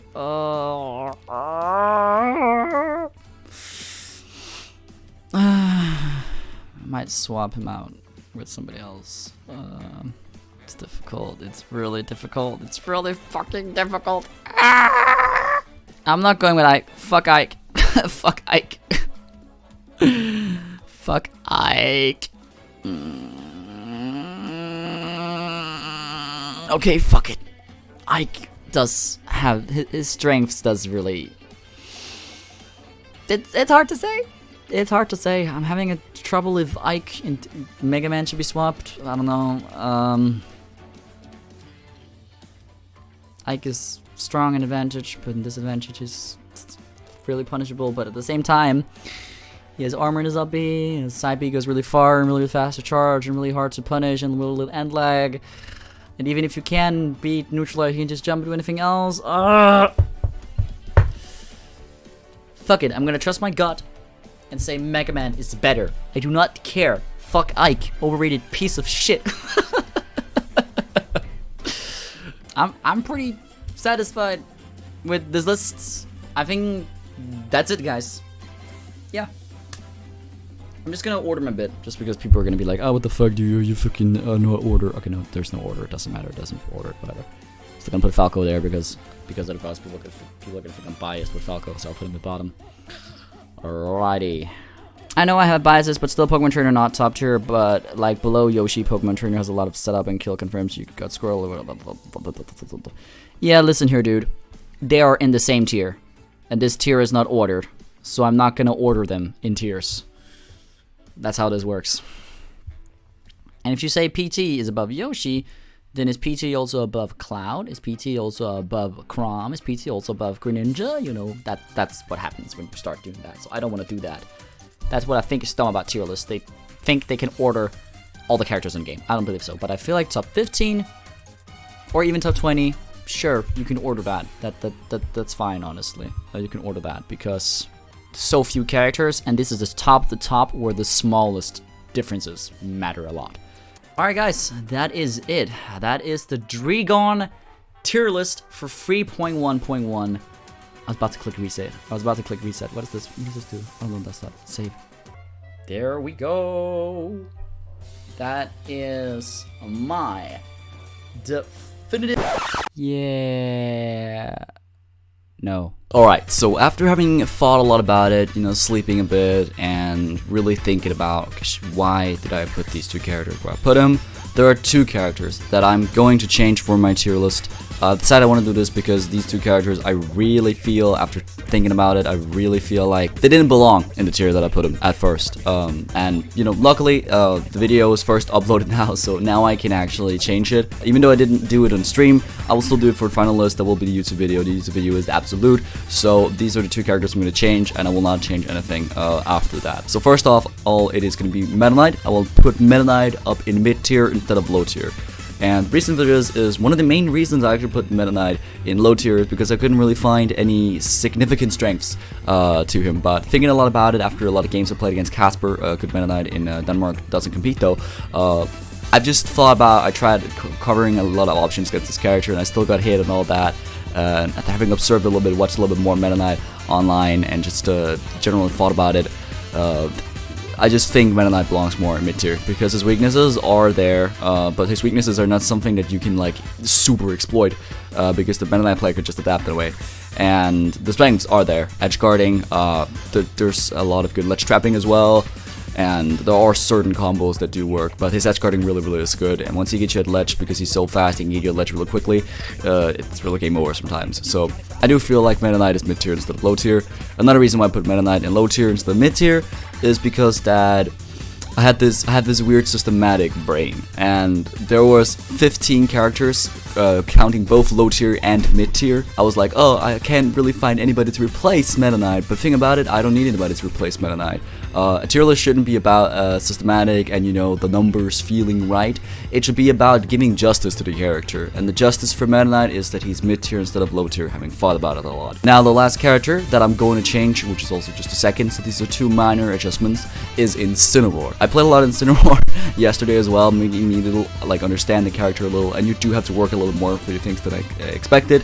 And just in general, after having thought about it, being slow in this game really means something, and being one of the slowest characters in the game is a really bad thing. This recovery is a bit exploitable, now I thought about it a little bit more, and just in general, you know, I feel like my hype of Incineroar was a little getting to my head, like, oh, he's so strong, he's so strong, he's so strong, but his weaknesses are also pretty exploitable, and I don't believe his strengths completely outweighs his weaknesses if you think about it, because adapting against Incineroar might just make it a lot easier for you to actually gimp the Incineroar, or outrange the Incineroar, and just destroy the Incineroar neutral.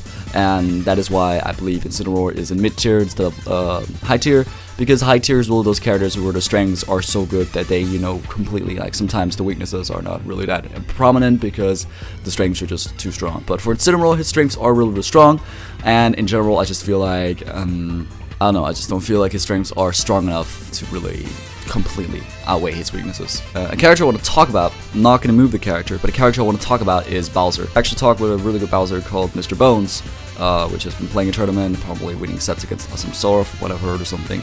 And he disagreed with me about having Bowser at mid tier instead of high tier. And I thought about it a lot, and I was like, oh, should I move Bowser? Maybe Bowser is better. But no, I'm going to stand by my word. I do believe Bowser has incredible strengths, and they are really good. If you exploit his Bowser's strengths, you can do amazing. I definitely feel like Bowser is one of the strongest, heaviest characters in the game, and I do believe that he can realistically be in high tier, but I would still see him as a mid tier, and the reason for this is that I don't feel like his strengths completely outweigh his weaknesses. His weaknesses being he's easy to edge guard, his weaknesses being he's super easy to juggle and really easy combo food. I mean, he's one of the biggest characters in the game, if not the biggest character in the game. Like, that really is a big weakness. It really is a big weakness. His weight is perfect for comboing as well. And every time an advantage against Bowser, if it's Falco, if it's Inkling, if it's Daisy, if it's Captain Falcon, heck, if it's freaking Olimar that I don't even play, I don't care what character I'm against with advantage in against Bowser. Every time I feel like I'm in advantage against Bowser, he just suffers a lot. He takes a lot of damage, and I don't feel like at ledge as well, Bowser is pretty easy to pressure, from what I can tell and from my experience. I do believe Bowser is really good. When I play against Bones, I'm probably not going to change my opinion on it, because I still believe Bowser is really good. To me, mid tier is not bad or good. It's, just mixed all around, but I do believe Bowser is very good. And in general, all characters in this game is tools.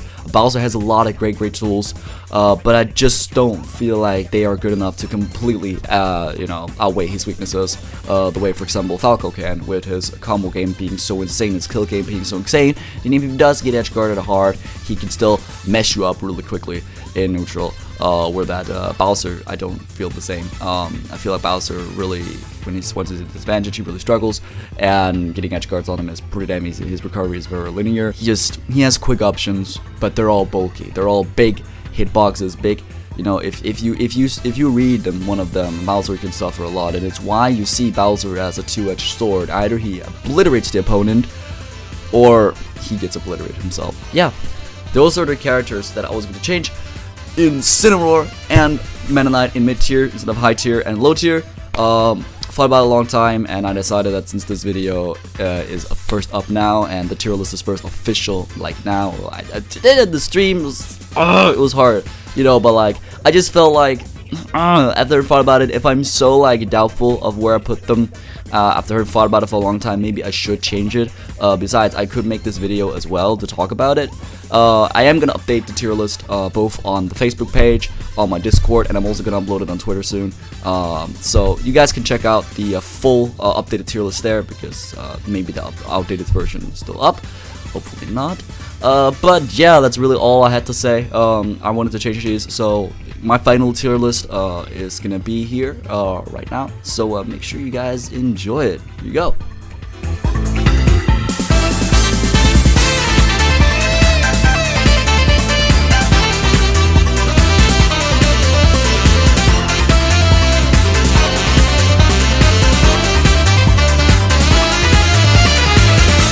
So yeah, with all that being said, this is my final tier list for 3.1.0, and hope you enjoy it. Made these few adjustments with these two characters and explain why I thought Bowser is still mid tier. So hopefully now it's no, not hopefully, it is complete now. This is my final tier list for 3.1.0. I might make another one in the future once we get the new characters, Banjo-Kazooie and the Dragon Quest heroes, and potentially all the final DLC characters, and also characters may get buffs and nerfs.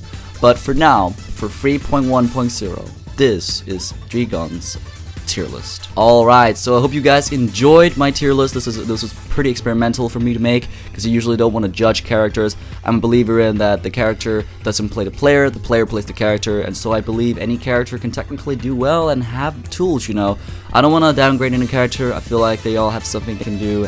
A specialist in any character. I believe in the sentence, the holy sentence: a skilled Roy can beat any fox. I really do believe in that. Despite how difficult it is and how big a meme it is, I still do believe in that. It is one of my ideals in life, that no matter where you come from, it's not what you are, but it's what you do that really matters.